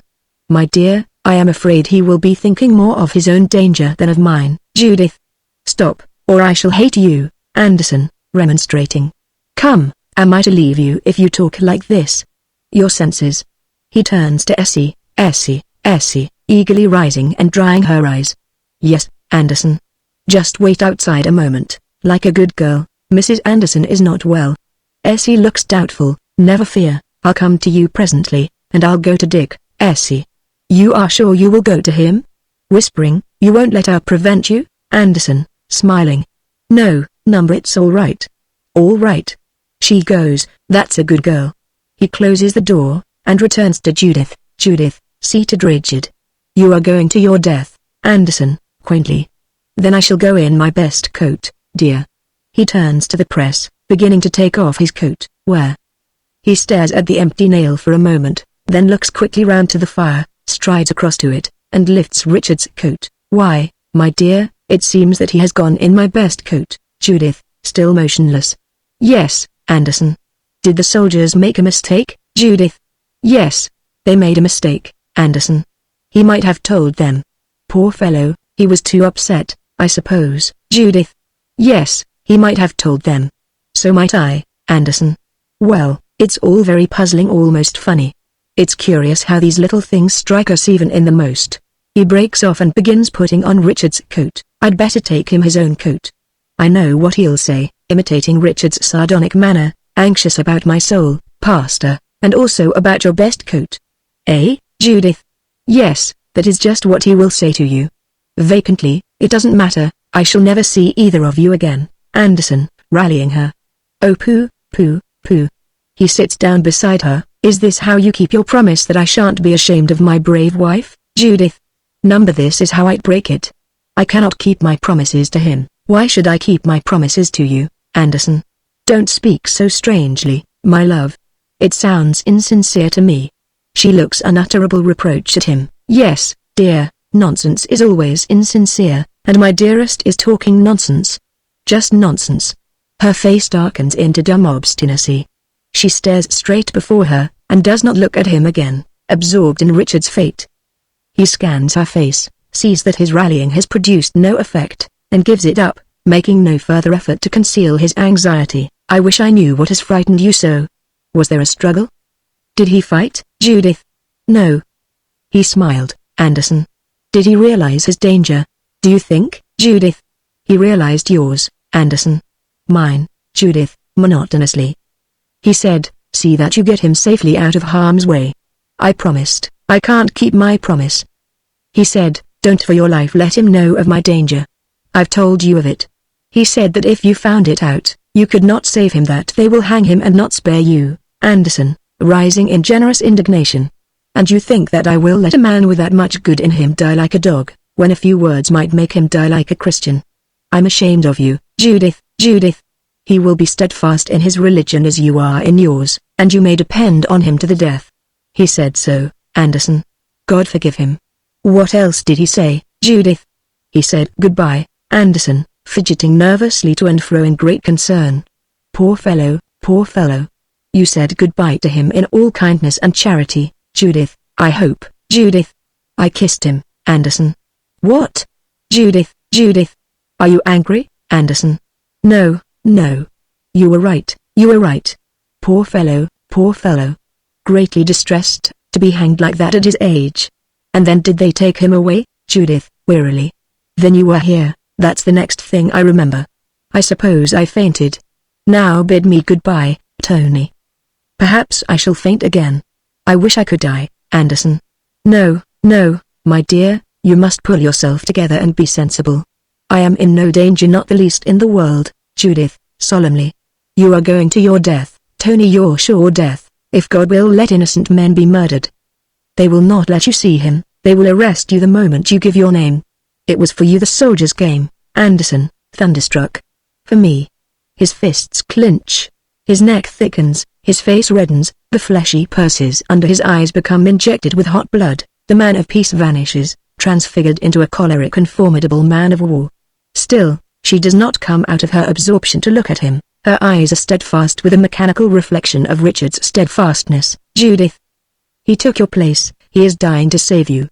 That is why he went in your coat. That is why I kissed him, Anderson, exploding. Blood and oaths. His voice is rough and dominant, his gesture full of brute energy. Here. Essie, running in. Yes, Anderson, impetuously. Off with you as hard as you can run, to the inn. Tell them to saddle the fastest and strongest horse they have. Judith rises breathless, and stares at him incredulously. The chestnut mare, if she's fresh without a moment's delay. Go into the stable yard and tell the black man there that I'll give him a $1 if the horse is waiting for me when I come, and that I am close on your heels. Away with you. His energy sends Essie flying from the room. He pounces on his riding boots, rushes with them to the chair at the fire, and begins pulling them on. Judith, unable to believe such a thing of him. You are not going to him, Anderson, busy with the boots. Going to him? What good would that do? Growling to himself as he gets the first boot on with a wrench, I'll go to them, so I will. To Judith peremptorily, get me the pistols, I want them. And money, I want money, all the money in the house. He stoops over the other boot, grumbling, a great satisfaction it would be to him to have my company on the gallows. He pulls on the boot. Judith. You are deserting him, then, Anderson. Hold your tongue, woman, and get me the pistols. She goes to the press and takes from it a leather belt with 2 pistols, a powder horn, and a bag of bullets attached to it. She throws it on the table. Then she unlocks a drawer in the press and takes out a purse. Anderson grabs the belt and buckles it on, saying, if they took him for me in my coat, perhaps they'll take me for him in his. Hitching the belt into its place, do I look like him? Judith, turning with a purse in her hand. Horribly unlike him. Anderson, snatching the purse from her and emptying it on the table. We shall see. Judith, sitting down helplessly. Is it of any use to pray, do you think, Tony? Anderson, counting the money. Pray. Can we pray Swindon's rope off Richard's neck? Judith. God may soften Major Swindon's heart. Anderson, contemptuously pocketing a handful of money. Let him, then. I am not God, and I must go to work another way. Judith gasps at the blasphemy. He throws the purse on the table. Keep that. I've taken $25. Judith. Have you forgotten even that you are a minister, Anderson? Minister before. My hat, where's my hat? He snatches up hat and cloak, and puts both on in hot haste. Now listen, you. If you can get a word with him by pretending you're his wife, tell him to hold his tongue until morning. That will give me all the start I need. Judith, solemnly. You may depend on him to the death, Anderson. You're a fool, Judith, for a moment checking the torrent of his haste, and speaking with something of his old quiet and impressive conviction. You don't know the man you're married to. Essie returns. He swoops at her at once. Well, is the horse ready? Essie, breathless. It will be ready when you come, Anderson. Good. He makes for the door. Judith, rising and stretching out her arms after him involuntarily. Won't you say goodbye, Anderson? And waste another half-minute? Sure. He rushes out like an avalanche. Essie, hurrying to Judith. He has gone to save Richard, hasn't he, Judith? To save Richard. Richard has saved him. He has gone to save himself. Richard must die. Essie screams with terror and falls on her knees, hiding her face. Judith, without heeding her, looks rigidly straight in front of her, at the vision of Richard, dying. Act 3. Early next morning the sergeant, at the British headquarters in the town hall, unlocks the door of a little empty panelled waiting room, and invites Judith to enter. She has had a bad night, probably a rather delirious one, for even in the reality of the raw morning, her fixed gaze comes back at moments when her attention is not strongly held. The sergeant considers that her feelings do her credit, and is sympathetic in an encouraging military way.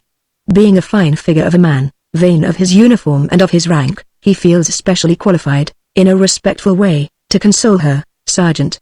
You can have a quiet word with him here, Mum. Judith. Shall I have been long to wait, Sergeant? No, Mum, not a minute. We kept him in the Bridewell for the night, and he's just been brought over here for the court-martial. Don't fret, Mum, he slept like a child, and has made a rare good breakfast. Judith, incredulously. He is in good spirits, Sergeant. Tip-top, Mum. The chaplain looked in to see him last night, and he won 17 shillings off him at spoil 5.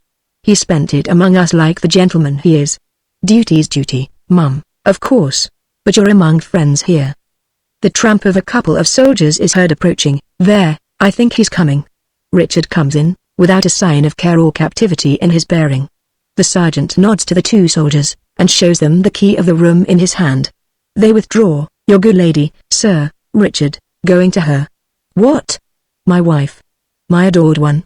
He takes her hand and kisses it with a perverse, raffish gallantry. How long do you allow a broken-hearted husband for leave-taking, Sergeant? Sergeant. As long as we can, sir. We shall not disturb you till the court sits, Richard. But it has struck the hour, Sergeant. So it has, sir. But there's a delay. General Burgoyne's just arrived. Gentlemanly Johnny we call him, sir, and he won't have done finding fault with everything this side of past. I know him, sir. I served with him in Portugal. You may count on 20 minutes, sir, and by your leave I won't waste any more of them. He goes out, locking the door. Richard immediately drops his raffish manner and turns to Judith with considerate sincerity. Richard. Mrs. Anderson, this visit is very kind of you.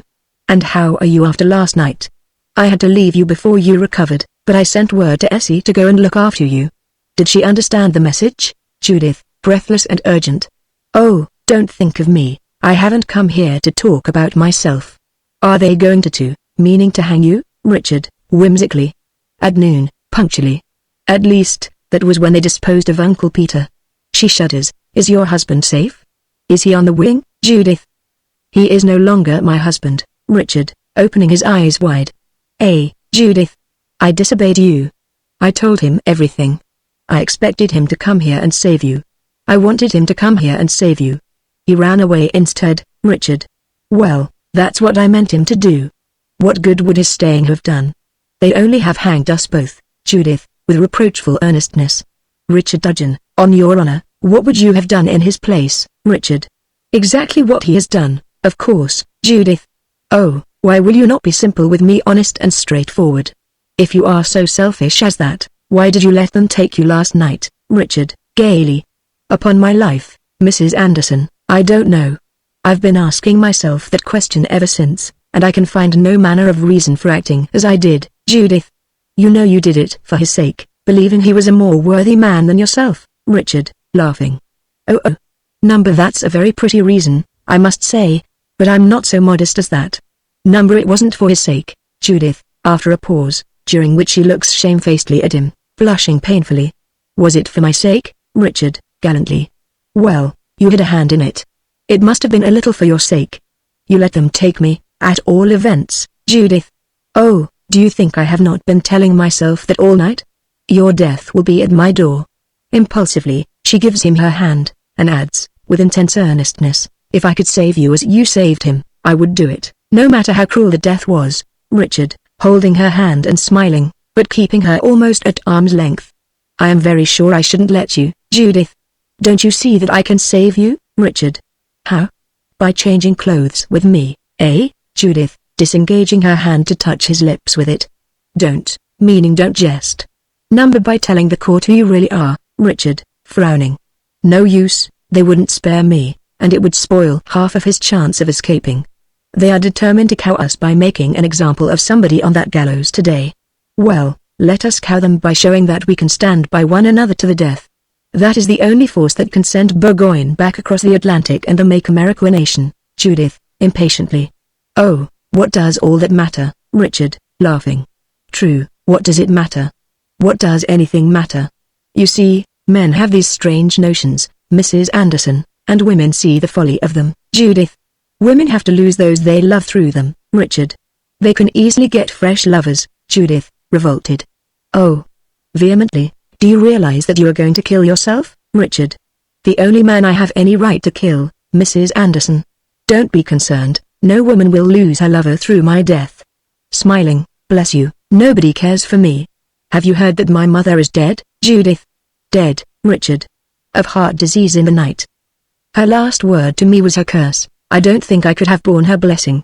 My other relatives will not grieve much on my account.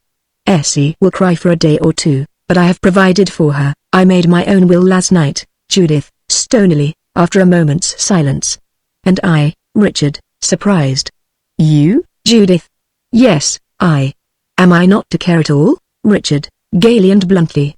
Not a scrap. Oh, you expressed your feelings towards me very frankly yesterday.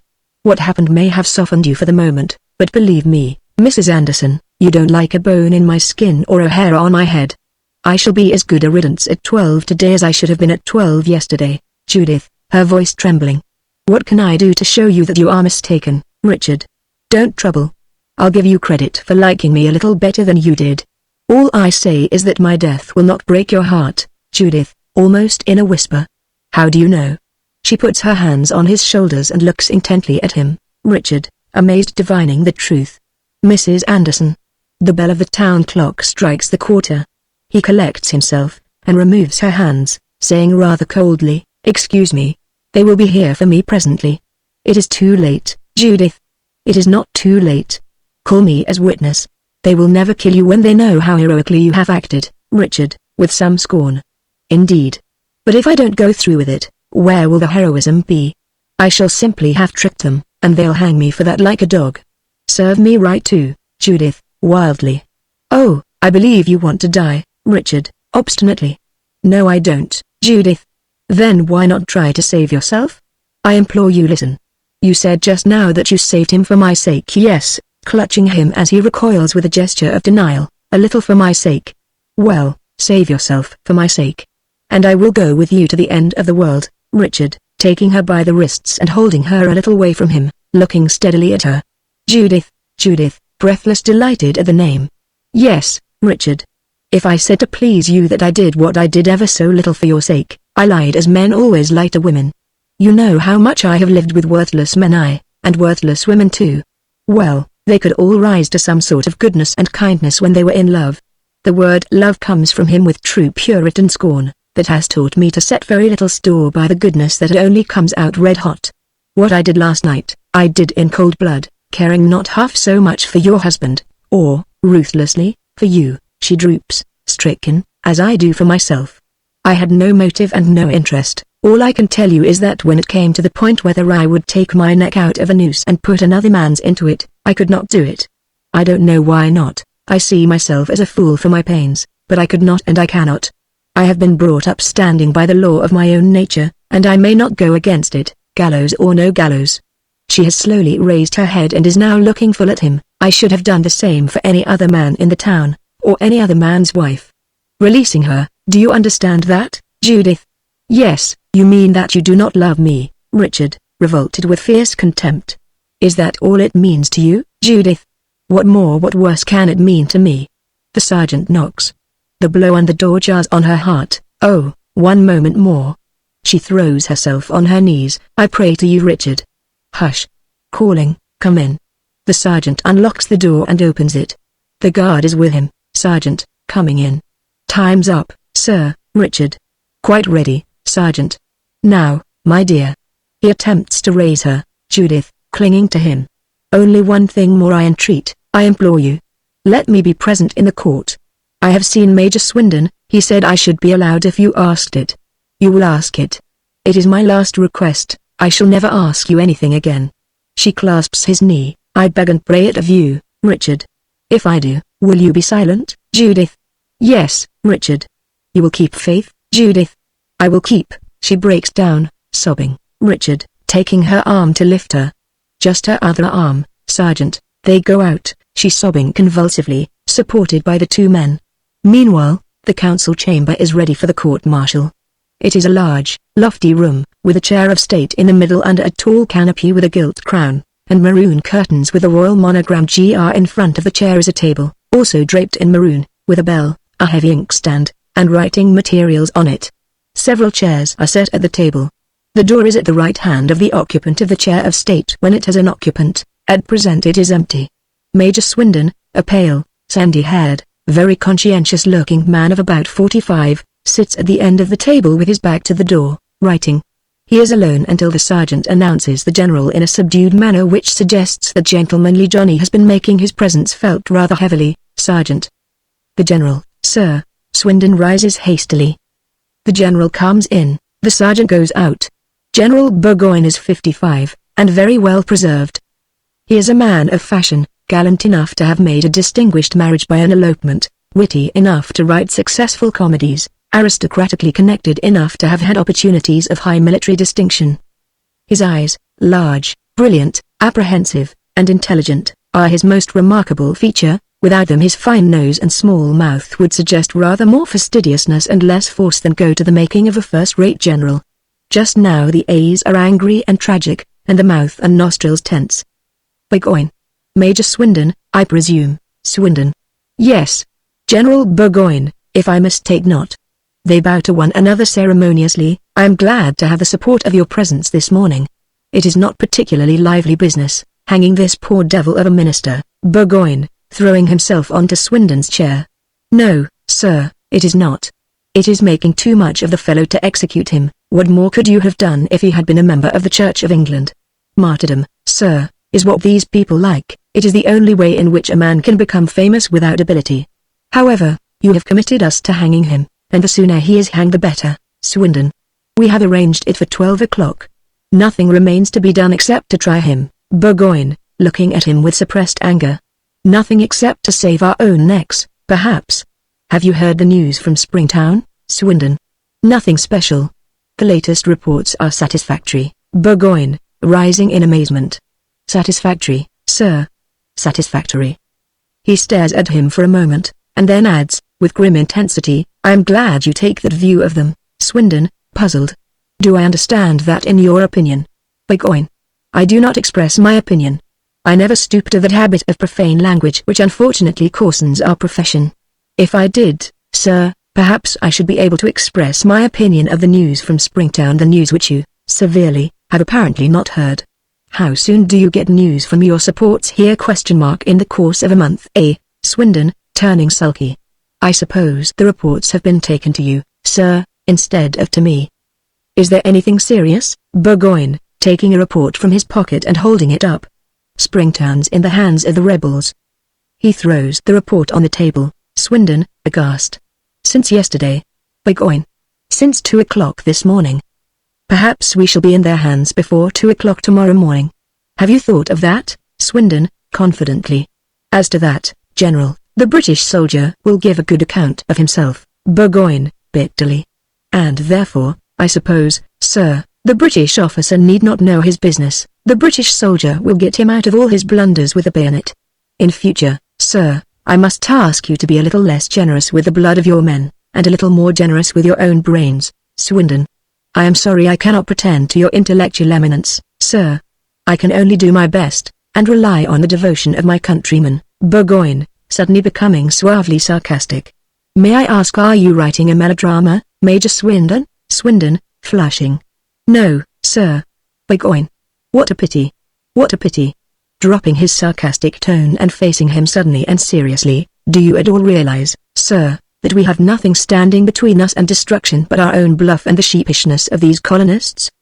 They are men of the same English stock as ourselves, 6 to 1 of us, repeating it emphatically, 6 to 1, sir, and nearly half our troops are Hessians, Brunswickers, German dragoons, and Indians with scalping knives. These are the countrymen on whose devotion you rely. Suppose the colonists find a leader. Suppose the news from Springtown should turn out to mean that they have already found a leader. What shall we do then? Swindon, sullenly. Our duty, sir, I presume. Burgoyne, again sarcastic, giving him up as a fool. Quite so, quite so. Thank you, Major Swindon, thank you. Now you've settled the question, sir, thrown a flood of light on the situation. What a comfort to me to feel that I have at my side so devoted and able an officer to support me in this emergency. I think, sir, it will probably relieve both our feelings if we proceed to hang this dissenter without further delay. He strikes the bell, especially as I am debarred by my principles from the customary military vent for my feelings. The sergeant appears. Bring your man in, sergeant. Yes, sir. Burgoyne. And mention to any officer you may meet that the court cannot wait any longer for him. Swindon, keeping his temper with difficulty. The staff is perfectly ready, sir. They have been waiting your convenience for fully half an hour. Perfectly ready, sir. Burgoyne, blandly. So am I. Several officers come in and take their seats. One of them sits at the end of the table furthest from the door, and acts throughout as clerk to the court, making notes of the proceedings. The uniforms are those of the 9th, 20th, 21st, 24th, 47th, 53rd, and 62nd British Infantry. One officer is a Major General of the Royal Artillery. There are also German officers of the Hessian Rifles, and of German Dragoon and Brunswicker regiments. Oh, good morning, gentlemen. Sorry to disturb you, I am sure. Very good of you to spare us a few moments, Swindon. Will you preside, sir, Burgoyne, becoming additionally polished, lofty, sarcastic and urbane now that he is in public. No, sir, I feel my own deficiencies too keenly to presume so far. If you will kindly allow me, I will sit at the feet of Gamaliel. He takes the chair at the end of the table next the door, and motions Swindon to the chair of state, waiting for him to be seated before sitting himself. Swindon, greatly annoyed. As you please, sir. I am only trying to do my duty under excessively trying circumstances. He takes his place in the chair of state. Burgoyne, relaxing his studied demeanor for the moment, sits down and begins to read the report with knitted brows and careworn looks, reflecting on his desperate situation and Swindon's uselessness. Richard is brought in. Judith walks beside him. 2 soldiers precede and 2 follow him, with the sergeant in command. They cross the room to the wall opposite the door, but when Richard has just passed before the chair of state the sergeant stops him with a touch on the arm, and posts himself behind him, at his elbow. Judith stands timidly at the wall.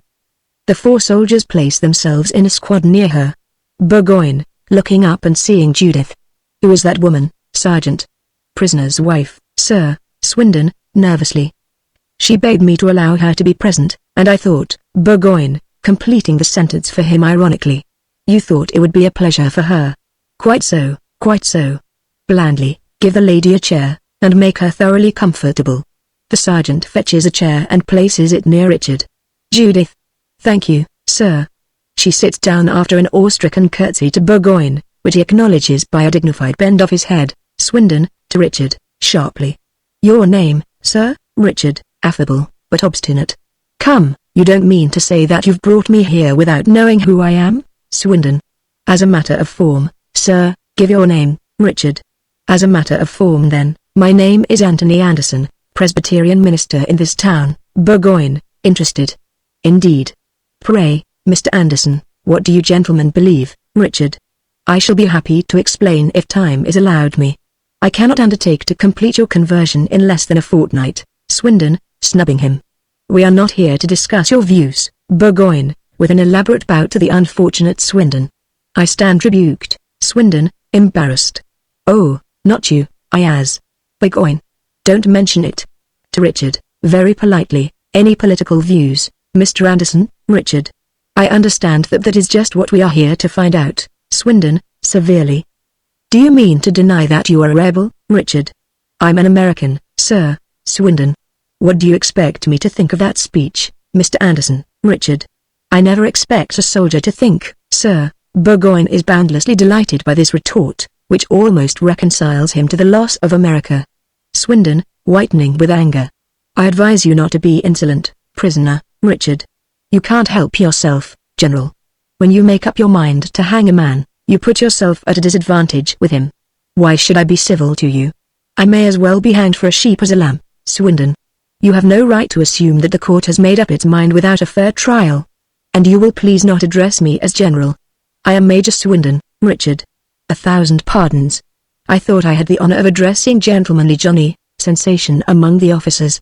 The sergeant has a narrow escape from a guffaw. Burgoyne, with extreme suavity. I believe I am Gentlemanly Johnny, sir, at your service. My more intimate friends call me General Burgoyne. Richard bows with perfect politeness. You will understand, sir, I hope, since you seem to be a gentleman and a man of some spirit in spite of your calling, that if we should have the misfortune to hang you, we shall do so as a mere matter of political necessity and military duty, without any personal ill feeling. Richard. Oh, quite so.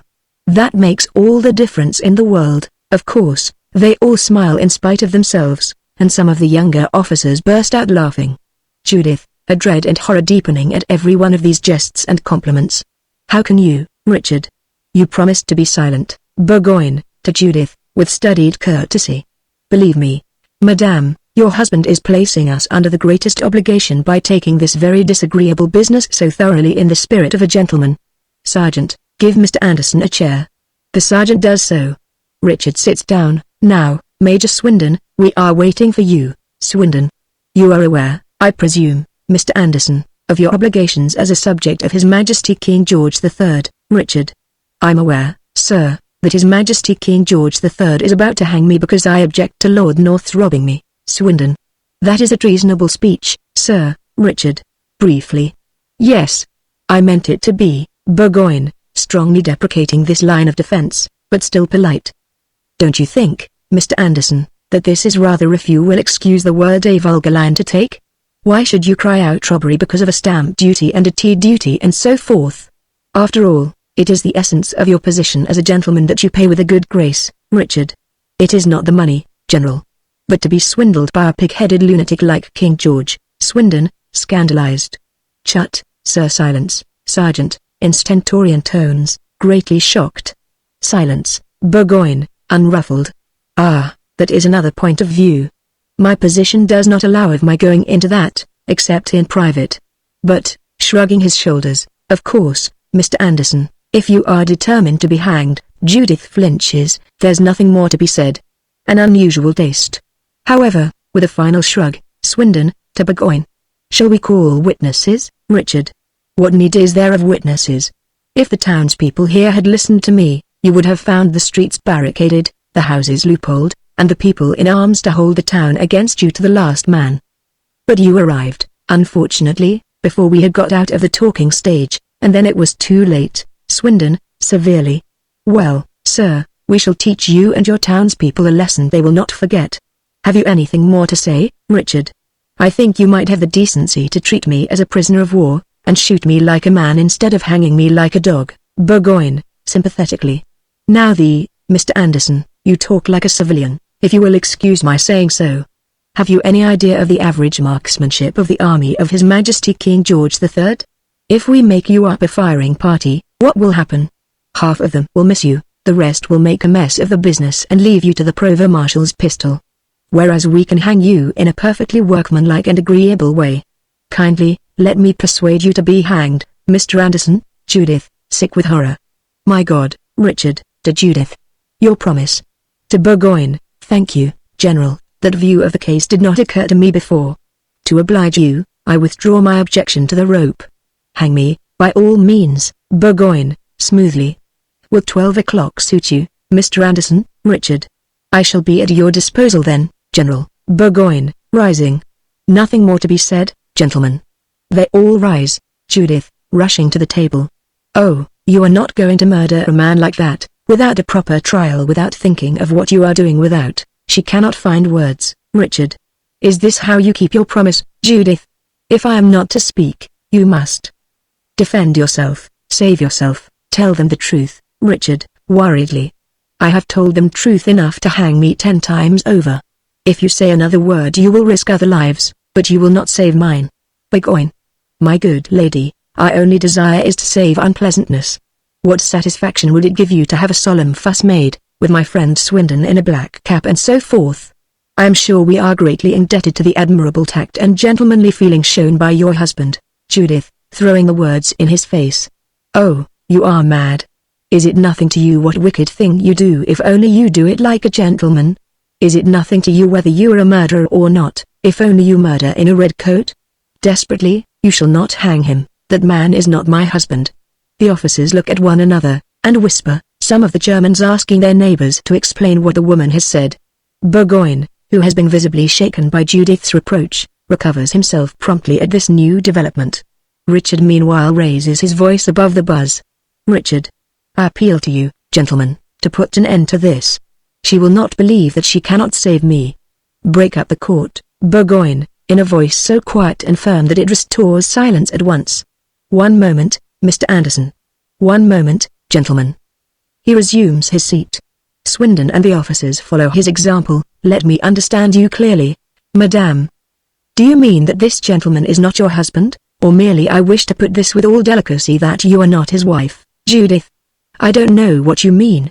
I say that he is not my husband, that my husband has escaped. This man took his place to save him. Ask anyone in the town, send out into the street for the first person you find there, and bring him in as a witness.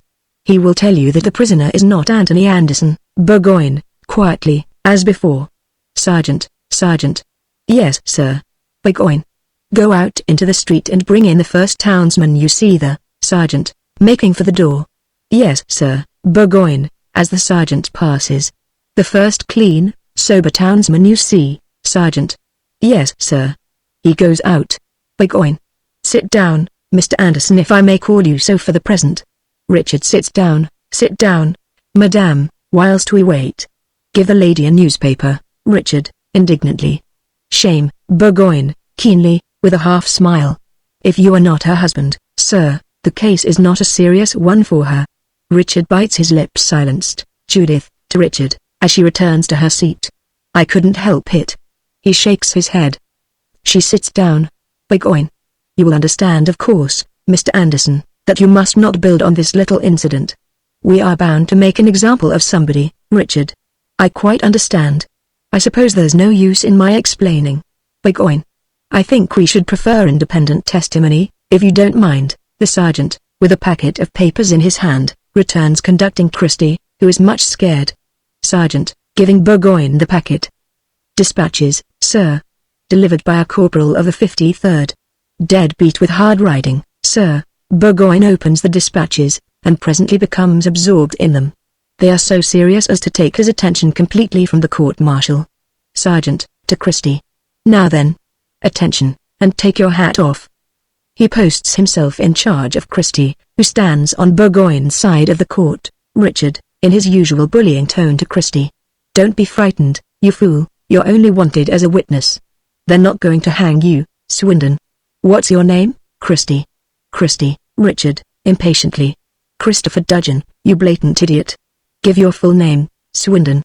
Be silent, prisoner. You must not prompt the witness, Richard. Very well. But I warn you, you'll get nothing out of him unless you shake it out of him. He has been too well brought up by a pious mother to have any sense or manhood left in him. Burgoyne, springing up and speaking to the sergeant in a startling voice. Where is the man who brought these, sergeant? In the guard-room, sir. Burgoyne goes out with a haste that sets the officers exchanging looks. Swindon, to Christie. Do you know Anthony Anderson, the Presbyterian minister, Christie? Of course I do. Implying that Swindon must be an ass not to know it. Swindon. Is he here, Christie, staring round? I don't know, Swindon. Do you see him, Christie? Number, Swindon. You seem to know the prisoner, Christie. Do you mean Dick, Swindon? Which is Dick, Christie, pointing to Richard. Him, Swindon. What is his name, Christie? Dick, Richard. Answer properly, you jumping jackass. What do they know about Dick, Christie? Well, you are Dick, ain't you? What am I to say, Swindon? Address me, sir, and do you, prisoner, be silent. Tell us who the prisoner is, Christie. He's my brother Dudgeon, Swindon. Your brother, Christie? Yes, Swindon. You are sure he is not Anderson, Christie? Who, Richard, exasperatedly. Me, you, Swindon. Silence, sir, sergeant, shouting.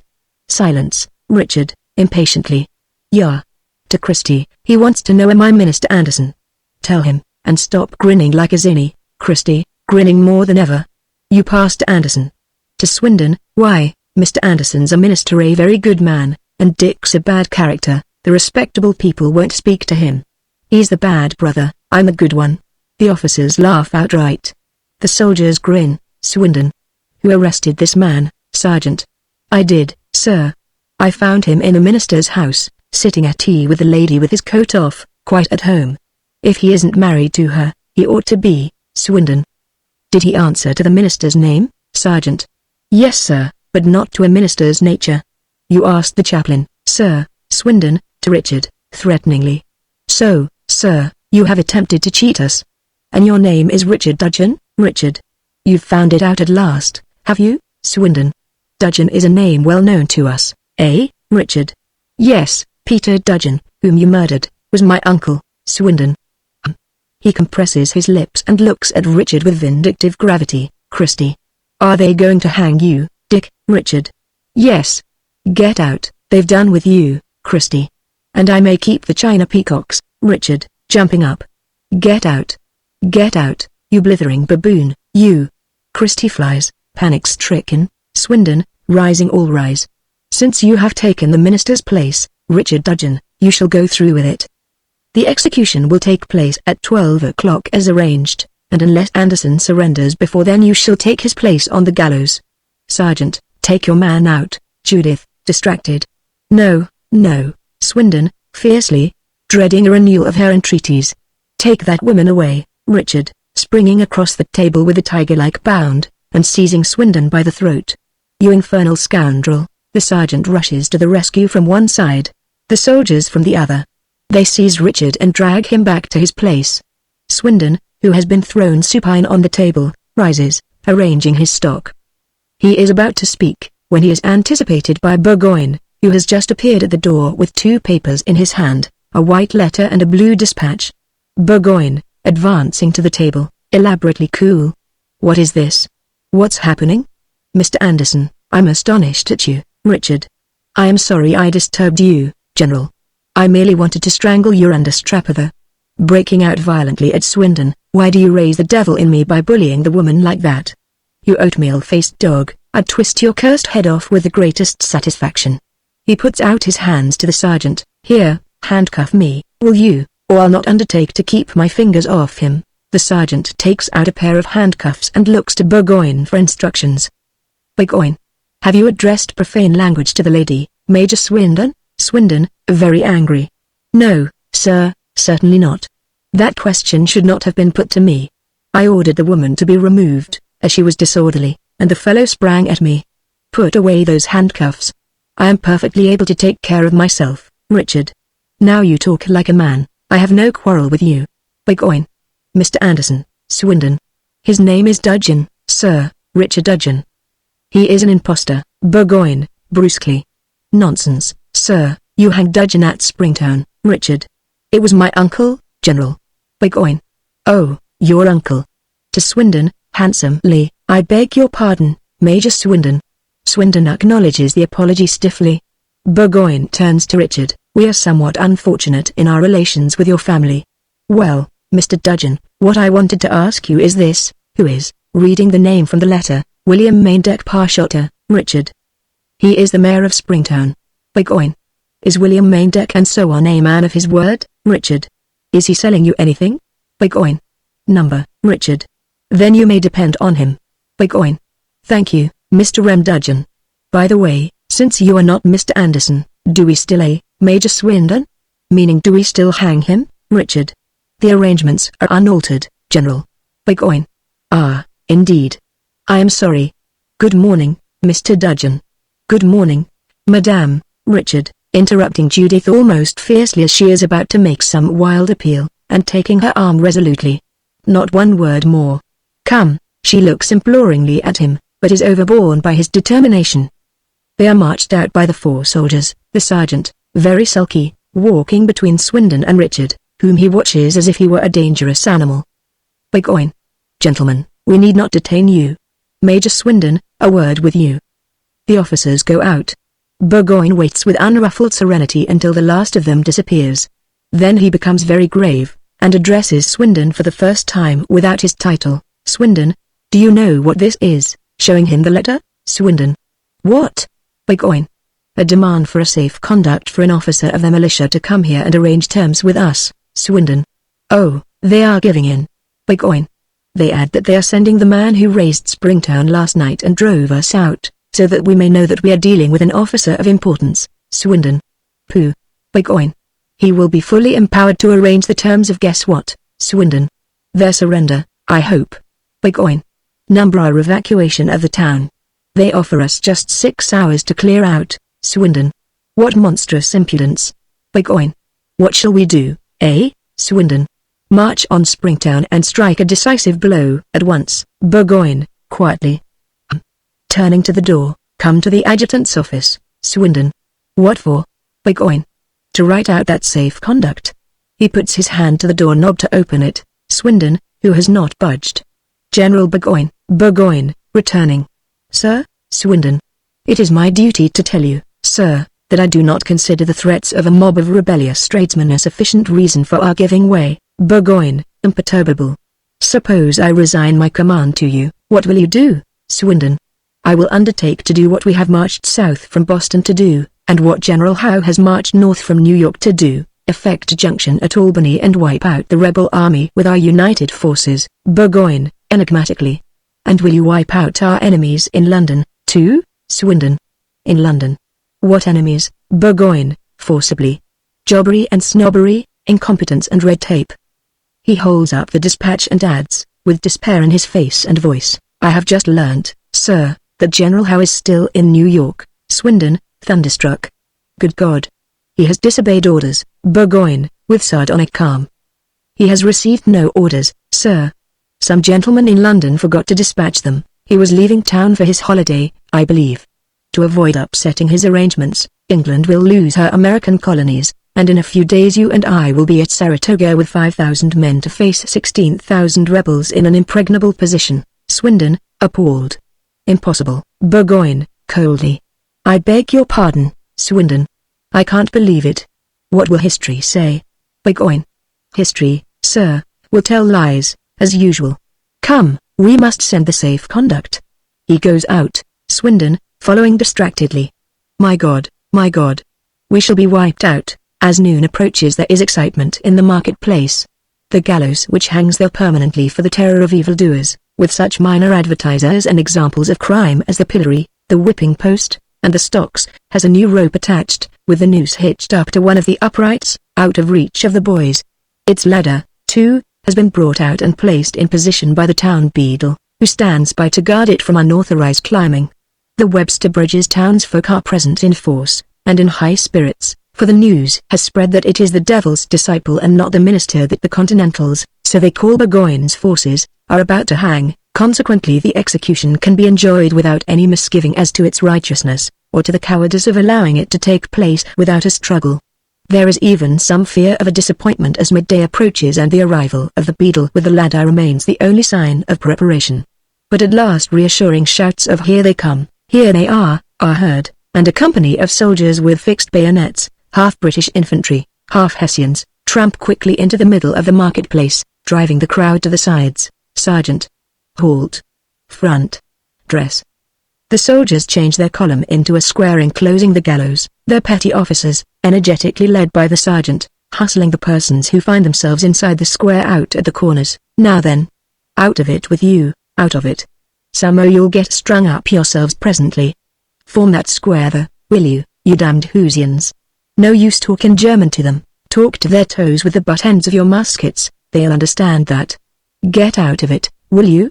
He comes upon Judith, standing near the gallows. Now then, you've no call here, Judith. May I not stay? What harm am I doing, Sergeant? I want none of your ragamuffing. You ought to be ashamed of yourself, running to see a man hanged. That's not your husband. And he's no better than yourself. I told my major he was a gentleman, and then he goes and tries to strangle him, and calls his blessed majesty a lunatic. So out of it with you, double quick, Judith. Will you take these $2 silver and let me stay? The sergeant, without an instant's hesitation, looks quickly and furtively round as he shoots the money dexterously into his pocket. Then he raises his voice in virtuous indignation. Sergeant. Me take money in the execution of my duty? Certainly not. Now I'll tell you what I'll do, to teach you to corrupt the king's officer. I'll put you under arrest until the execution's over. You just stand there, and don't let me see you as much as move from that spot until you're let. With a swift wink at her he points to the corner of the square behind the gallows on his right, and turns noisily away, shouting, Now then dress up and keep them back, will you? Cries of hush and silence are heard among the townsfolk, and the sound of a military band, playing the Dead March from Saul, is heard. The crowd becomes quiet at once, and the sergeant and petty officers, hurrying to the back of the square, with a few whispered orders and some stealthy hustling cause it to open and admit the funeral procession, which is protected from the crowd by a double file of soldiers. First come Burgoyne and Swindon, who, on entering the square, glance with distaste at the gallows, and avoid passing under it by wheeling a little to the right and stationing themselves on that side. Then Mr. Brudenell, the chaplain, in his surplice, with his prayer book open in his hand, walking beside Richard, who is moody and disorderly. He walks doggedly through the gallows framework, and posts himself a little in front of it. Behind him comes the executioner, a stalwart soldier in his shirt sleeves. Following him, 2 soldiers haul a light military wagon. Finally comes the band, which posts itself at the back of the square, and finishes the Dead March. Judith, watching Richard painfully, steals down to the gallows, and stands leaning against its right post. During the conversation which follows, the 2 soldiers place the cart under the gallows, and stand by the shafts, which point backwards. The executioner takes a set of steps from the cart and places it ready for the prisoner to mount. Then he climbs the tall ladder which stands against the gallows, and cuts the string by which the rope is hitched up, so that the noose drops dangling over the cart, into which he steps as he descends. Richard, with suppressed impatience, to Brudenell. "Look here, sir, this is no place for a man of your profession. Hadn't you better go away, Swindon? I appeal to you, prisoner, if you have any sense of decency left, to listen to the ministrations of the chaplain, and pay due heed to the solemnity of the occasion." The chaplain, gently reproving Richard. "Try to control yourself, and submit to the divine will." He lifts his book to proceed with the service. Richard. "Answer for your own will, sir, and those of your accomplices here," indicating Burgoyne and Swindon. "I see little divinity about them or you. You talk to me of Christianity when you are in the act of hanging your enemies. Was there ever such blasphemous nonsense?" To Swindon, more rudely, "You've got up the solemnity of the occasion, as you call it, to impress the people with your own dignity. Handles music and a clergyman to make murder look like piety. Do you suppose I am going to help you? You've asked me to choose the rope because you don't know your own trained well enough to shoot me properly. Well, hang away and have done with it." Swindon, to the chaplain. "Can you do nothing with him, Mr. Brudenell?" Chaplain. "I will try, sir." Beginning to read, "Man that is born of woman hath," Richard, fixing his eyes on him. "Thou shalt not kill." The book drops in Brudenell's hands. Chaplain, confessing his embarrassment. "What am I to say, Mr. Dudgeon?" Richard. "Let me alone, man, can't you?" Burgoyne, with extreme urbanity. "I think, Mr. Brudenell, that as the usual professional observations seem to strike Mr. Dudgeon as incongruous under the circumstances, you had better omit them until Mr. Dudgeon can no longer be inconvenienced by them." Brudenell, with a shrug, shuts his book and retires behind the gallows. "You seem in a hurry, Mr. Dudgeon." Richard, with the horror of death upon him. "Do you think this is a pleasant sort of thing to be kept waiting for? You've made up your mind to commit murder. Well, do it and have done with it." Burgoyne. "Mr. Dudgeon, we are only doing this." Richard. "Because you're paid to do it." Swindon.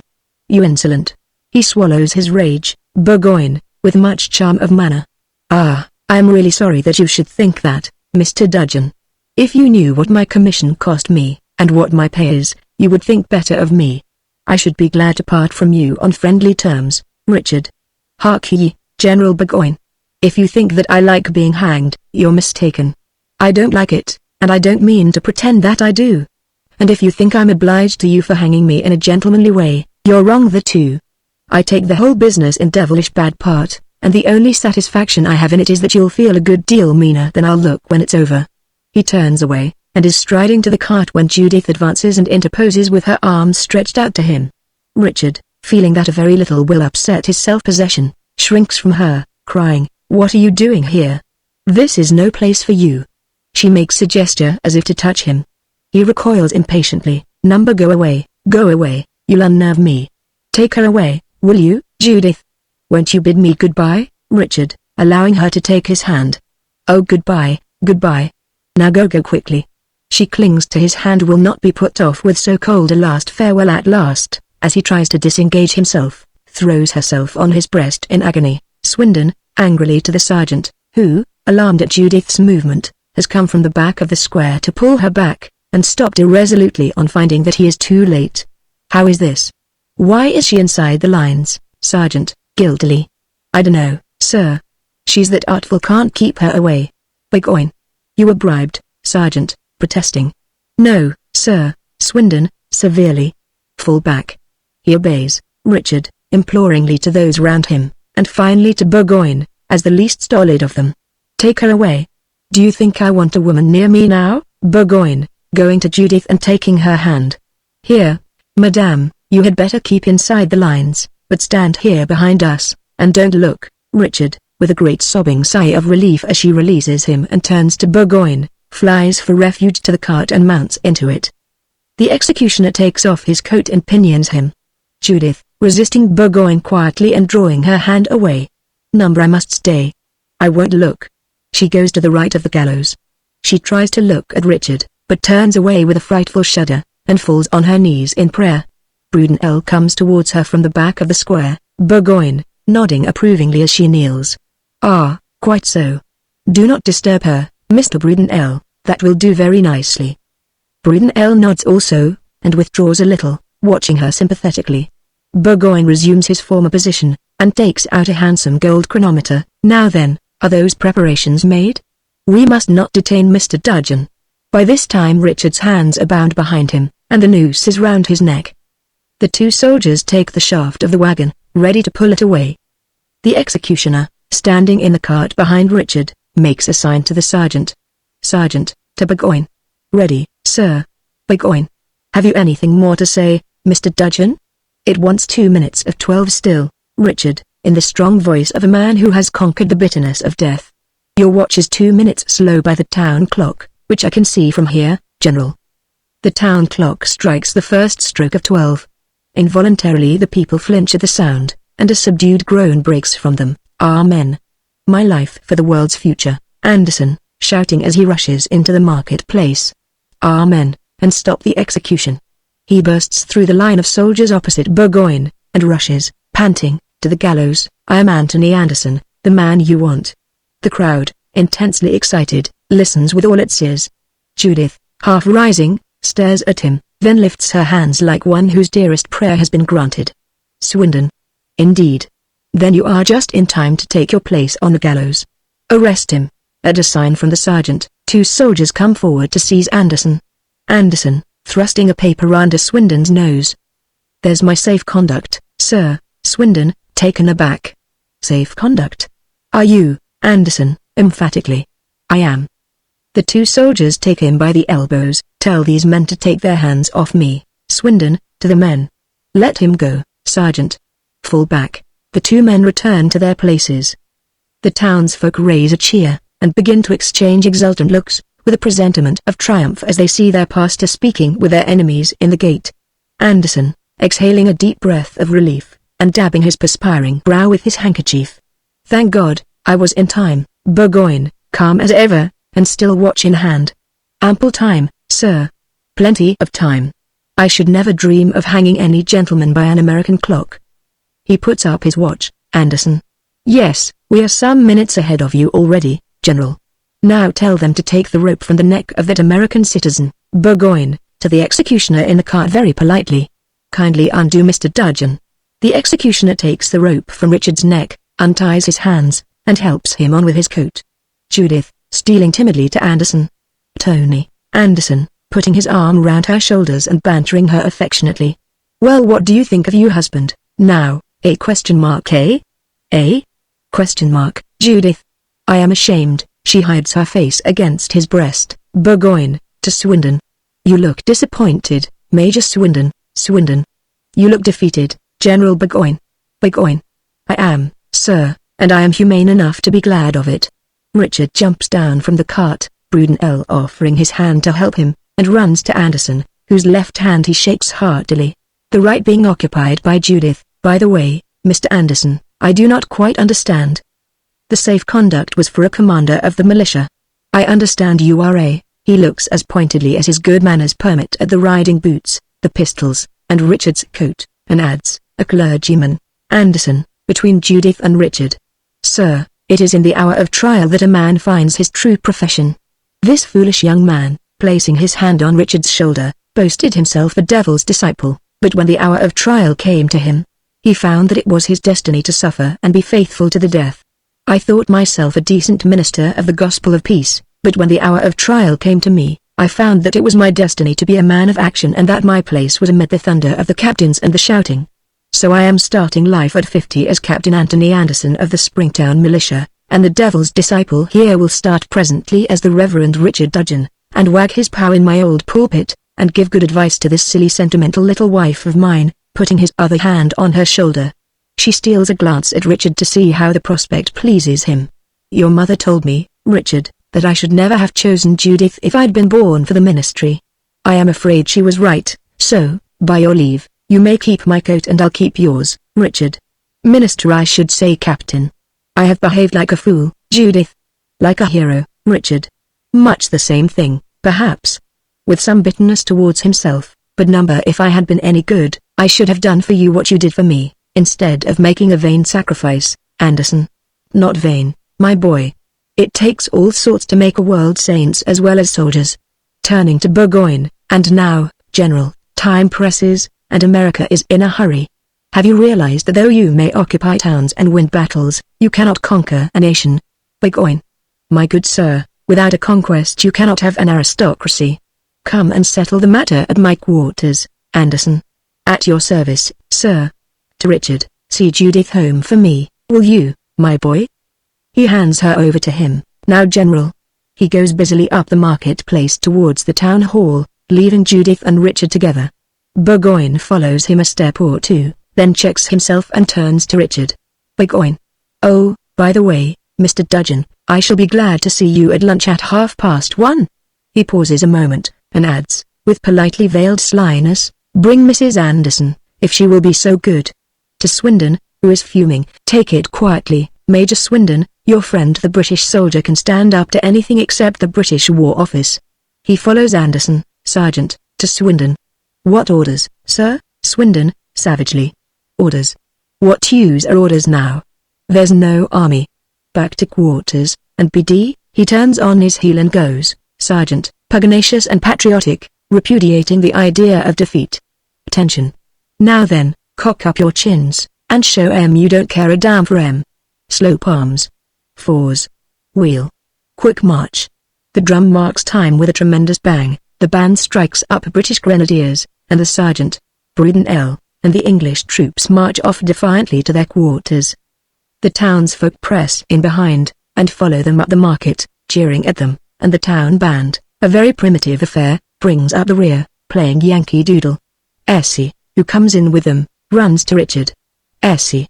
Oh, Dick, Richard, good-humoredly, but willfully. Now, come. I don't mind being hanged, but I will not be cried over, Essie. No, I promise. I'll be good. She tries to restrain her tears, but cannot. I want to see where the soldiers are going to. She goes a little way up the market, pretending to look after the crowd. Judith. Promise me you will never tell him, Richard. Don't be afraid. They shake hands on it. Essie, calling to them. They're coming back. They want you. Jubilation in the market. The townsfolk surge back again in wild enthusiasm with their band, and hoist Richard on their shoulders, cheering him. Curtain, notes. Burgoyne. General John Burgoyne, who is presented in this play for the first time, as far as I am aware, on the English stage, is not a conventional stage soldier, but as faithful a portrait as it is in the nature of stage portraits to be. His objection to profane swearing is not borrowed from Mr. Gilbert's H.M.S. Pinafore, it is taken from the code of instructions drawn up by himself for his officers when he introduced light horse into the English army. His opinion that English soldiers should be treated as thinking beings was no doubt as unwelcome to the military authorities of his time, when nothing was thought of ordering a soldier 1,000 lashes, as it will be to those modern victims of the flagellation neurosis who are so anxious to revive that discredited sport. His military reports are very clever as criticisms, and are humane and enlightened within certain aristocratic limits, best illustrated perhaps by his declaration, which now sounds so curious, that he should blush to ask for promotion on any other ground than that of family influence. As a parliamentary candidate, Burgoyne took our common expression fighting an election so very literally that he led his supporters to the poll at Preston in 1768 with a loaded pistol in each hand, and won the seat, though he was fined £1,000, and denounced by Junius, for the pistols.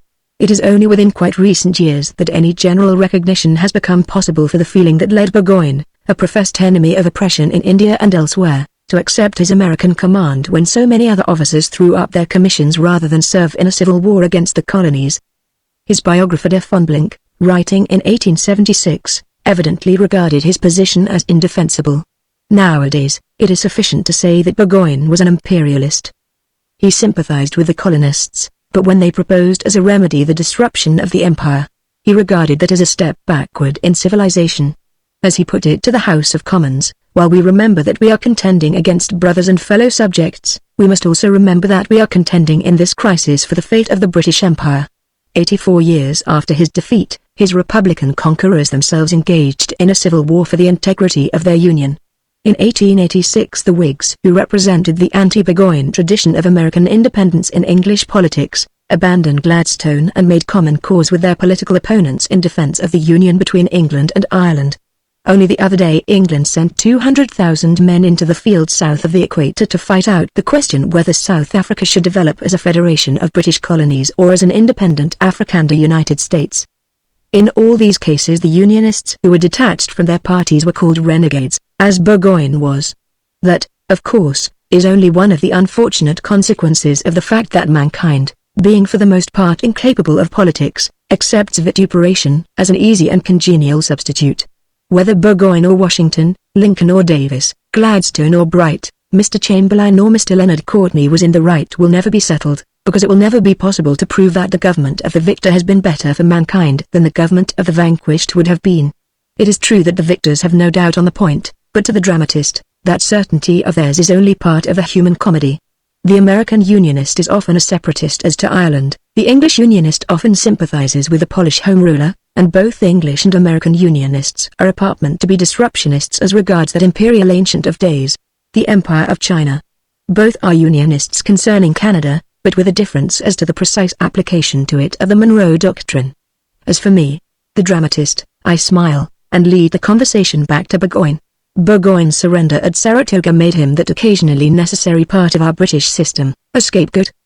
The explanation of his defeat given in the play is founded on a passage quoted by de Fonblanque from Fitzmaurice's Life of Lord Shelburne, as follows: Lord George Germain, having among other peculiarities a particular dislike to be put out of his way on any occasion, had arranged to call at his office on his way to the country to sign the dispatches, but as those addressed to Howe had not been fair copied, and he was not disposed to be balked of his projected visit to Kent, they were not signed then and were forgotten on his return home.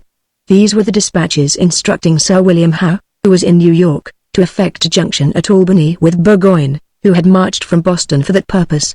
Burgoyne got as far as Saratoga, where, failing the expected reinforcement, he was hopelessly outnumbered, and his officers picked off, boar fashion, by the American farmer sharpshooters. His own collar was pierced by a bullet. The publicity of his defeat, however, was more than compensated at home by the fact that Lord George's trip to Kent had not been interfered with, and that nobody knew about the oversight of the dispatch. The policy of the English government and court for the next 2 years was simply concealment of Germain's neglect. Burgoyne's demand for an inquiry was defeated in the House of Commons by the court party, and when he at last obtained a committee, the king got rid of it by a prorogation. When Burgoyne realized what had happened about the instructions to Howe, the scene in which I have represented him as learning it before Saratoga is not historical. The truth did not dawn on him until many months afterwards. The king actually took advantage of his being a prisoner of war in England on parole, and ordered him to return to America into captivity. Burgoyne immediately resigned all his appointments, and this practically closed his military career, though he was afterwards made commander of the forces in Ireland for the purpose of banishing him from Parliament. The episode illustrates the curious perversion of the English sense of honor when the privileges and prestige of the aristocracy are at stake. Mr. Frank Harris said, after the disastrous Battle of Modder River, that the English, having lost America a century ago because they preferred George III, were quite prepared to lose South Africa today because they preferred aristocratic commanders to successful ones. Horace Walpole, when the parliamentary recess came at a critical period of the War of Independence, said that the Lords could not be expected to lose their pheasant shooting for the sake of America. In the working class, which, like all classes, has its own official aristocracy, there is the same reluctance to discredit an institution or to do a man out of his job. At bottom, of course, this apparently shameless sacrifice of great public interests to petty personal ones, is simply the preference of the ordinary man for the things he can feel and understand to the things that are beyond his capacity. It is stupidity, not dishonesty. Burgoyne fell a victim to this stupidity in 2 ways. Not only was he thrown over, in spite of his high character and distinguished services, to screen a court favorite who had actually been cashiered for cowardice and misconduct in the field 15 years before, but his peculiar critical temperament and talent, artistic, satirical, rather histrionic, and his fastidious delicacy of sentiment, his fine spirit and humanity, were just the qualities to make him disliked by stupid people because of their dread of ironic criticism.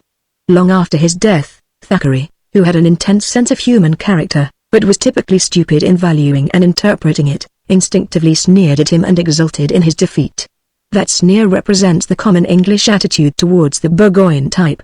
Every instance in which the critical genius is defeated, and the stupid genius, for both temperaments have their genius, muddles through all right, is popular in England.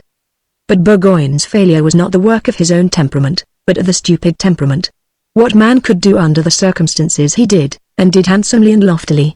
He fell, and his ideal empire was dismembered, not through his own misconduct, but because Sir George Germain overestimated the importance of his Kentish holiday, and underestimated the difficulty of conquering those remote and inferior creatures, the colonists. And King George and the rest of the nation agreed, on the whole, with Germain. It is a significant point that in America, where Burgoyne was an enemy and an invader, he was admired and praised.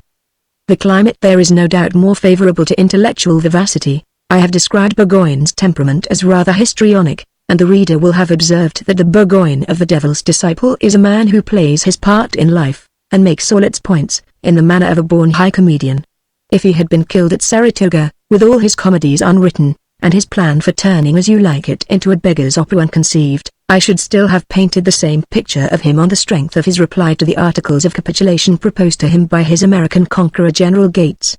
Here they are. Proposition 1. General Burgoyne's army being reduced by repeated defeats, by desertion, sickness, etc., their provisions exhausted, their military horses, tents and baggage taken or destroyed, their retreat cut off, and their camp invested, they can only be allowed to surrender as prisoners of war. Answer 1. Lieutenant General Burgoyne's army, however reduced, will never admit that their retreat is cut off while they have arms in their hands. Proposition 2. The officers and soldiers may keep the baggage belonging to them. The generals of the United States never permit individuals to be pillaged. Answer 2. Noted. Proposition 3. The troops under His Excellency General Burgoyne will be conducted by the most convenient route to New England, marching by easy marches, and sufficiently provided for by the way. Answer 3. Agreed. Proposition 4.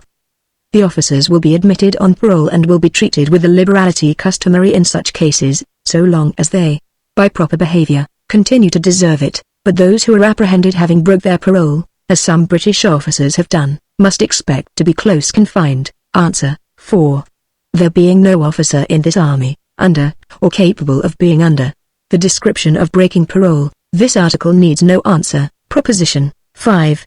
All public stores, artillery, arms, ammunition, carriages, horses, etc., etc., must be delivered to commissaries appointed to receive them. Answer 5. All public stores may be delivered, arms accepted. Proposition 6.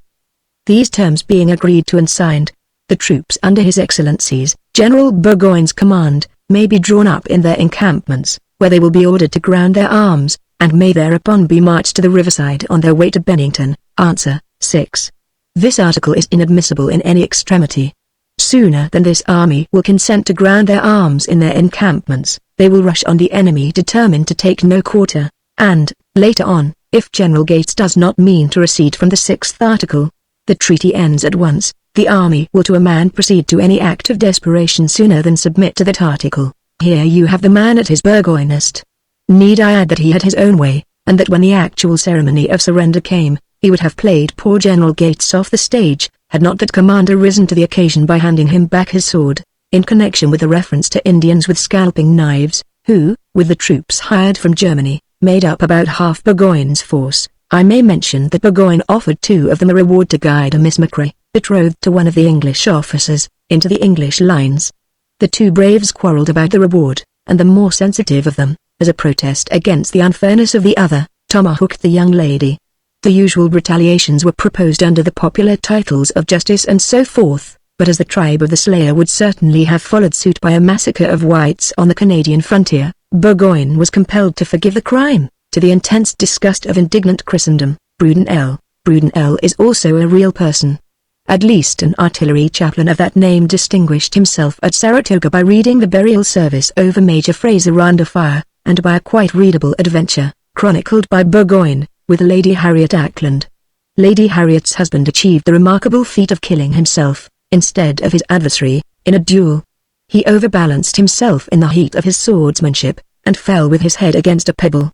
Lady Harriet then married the warrior chaplain, who, like Anthony Anderson in the play, seems to have mistaken his natural profession.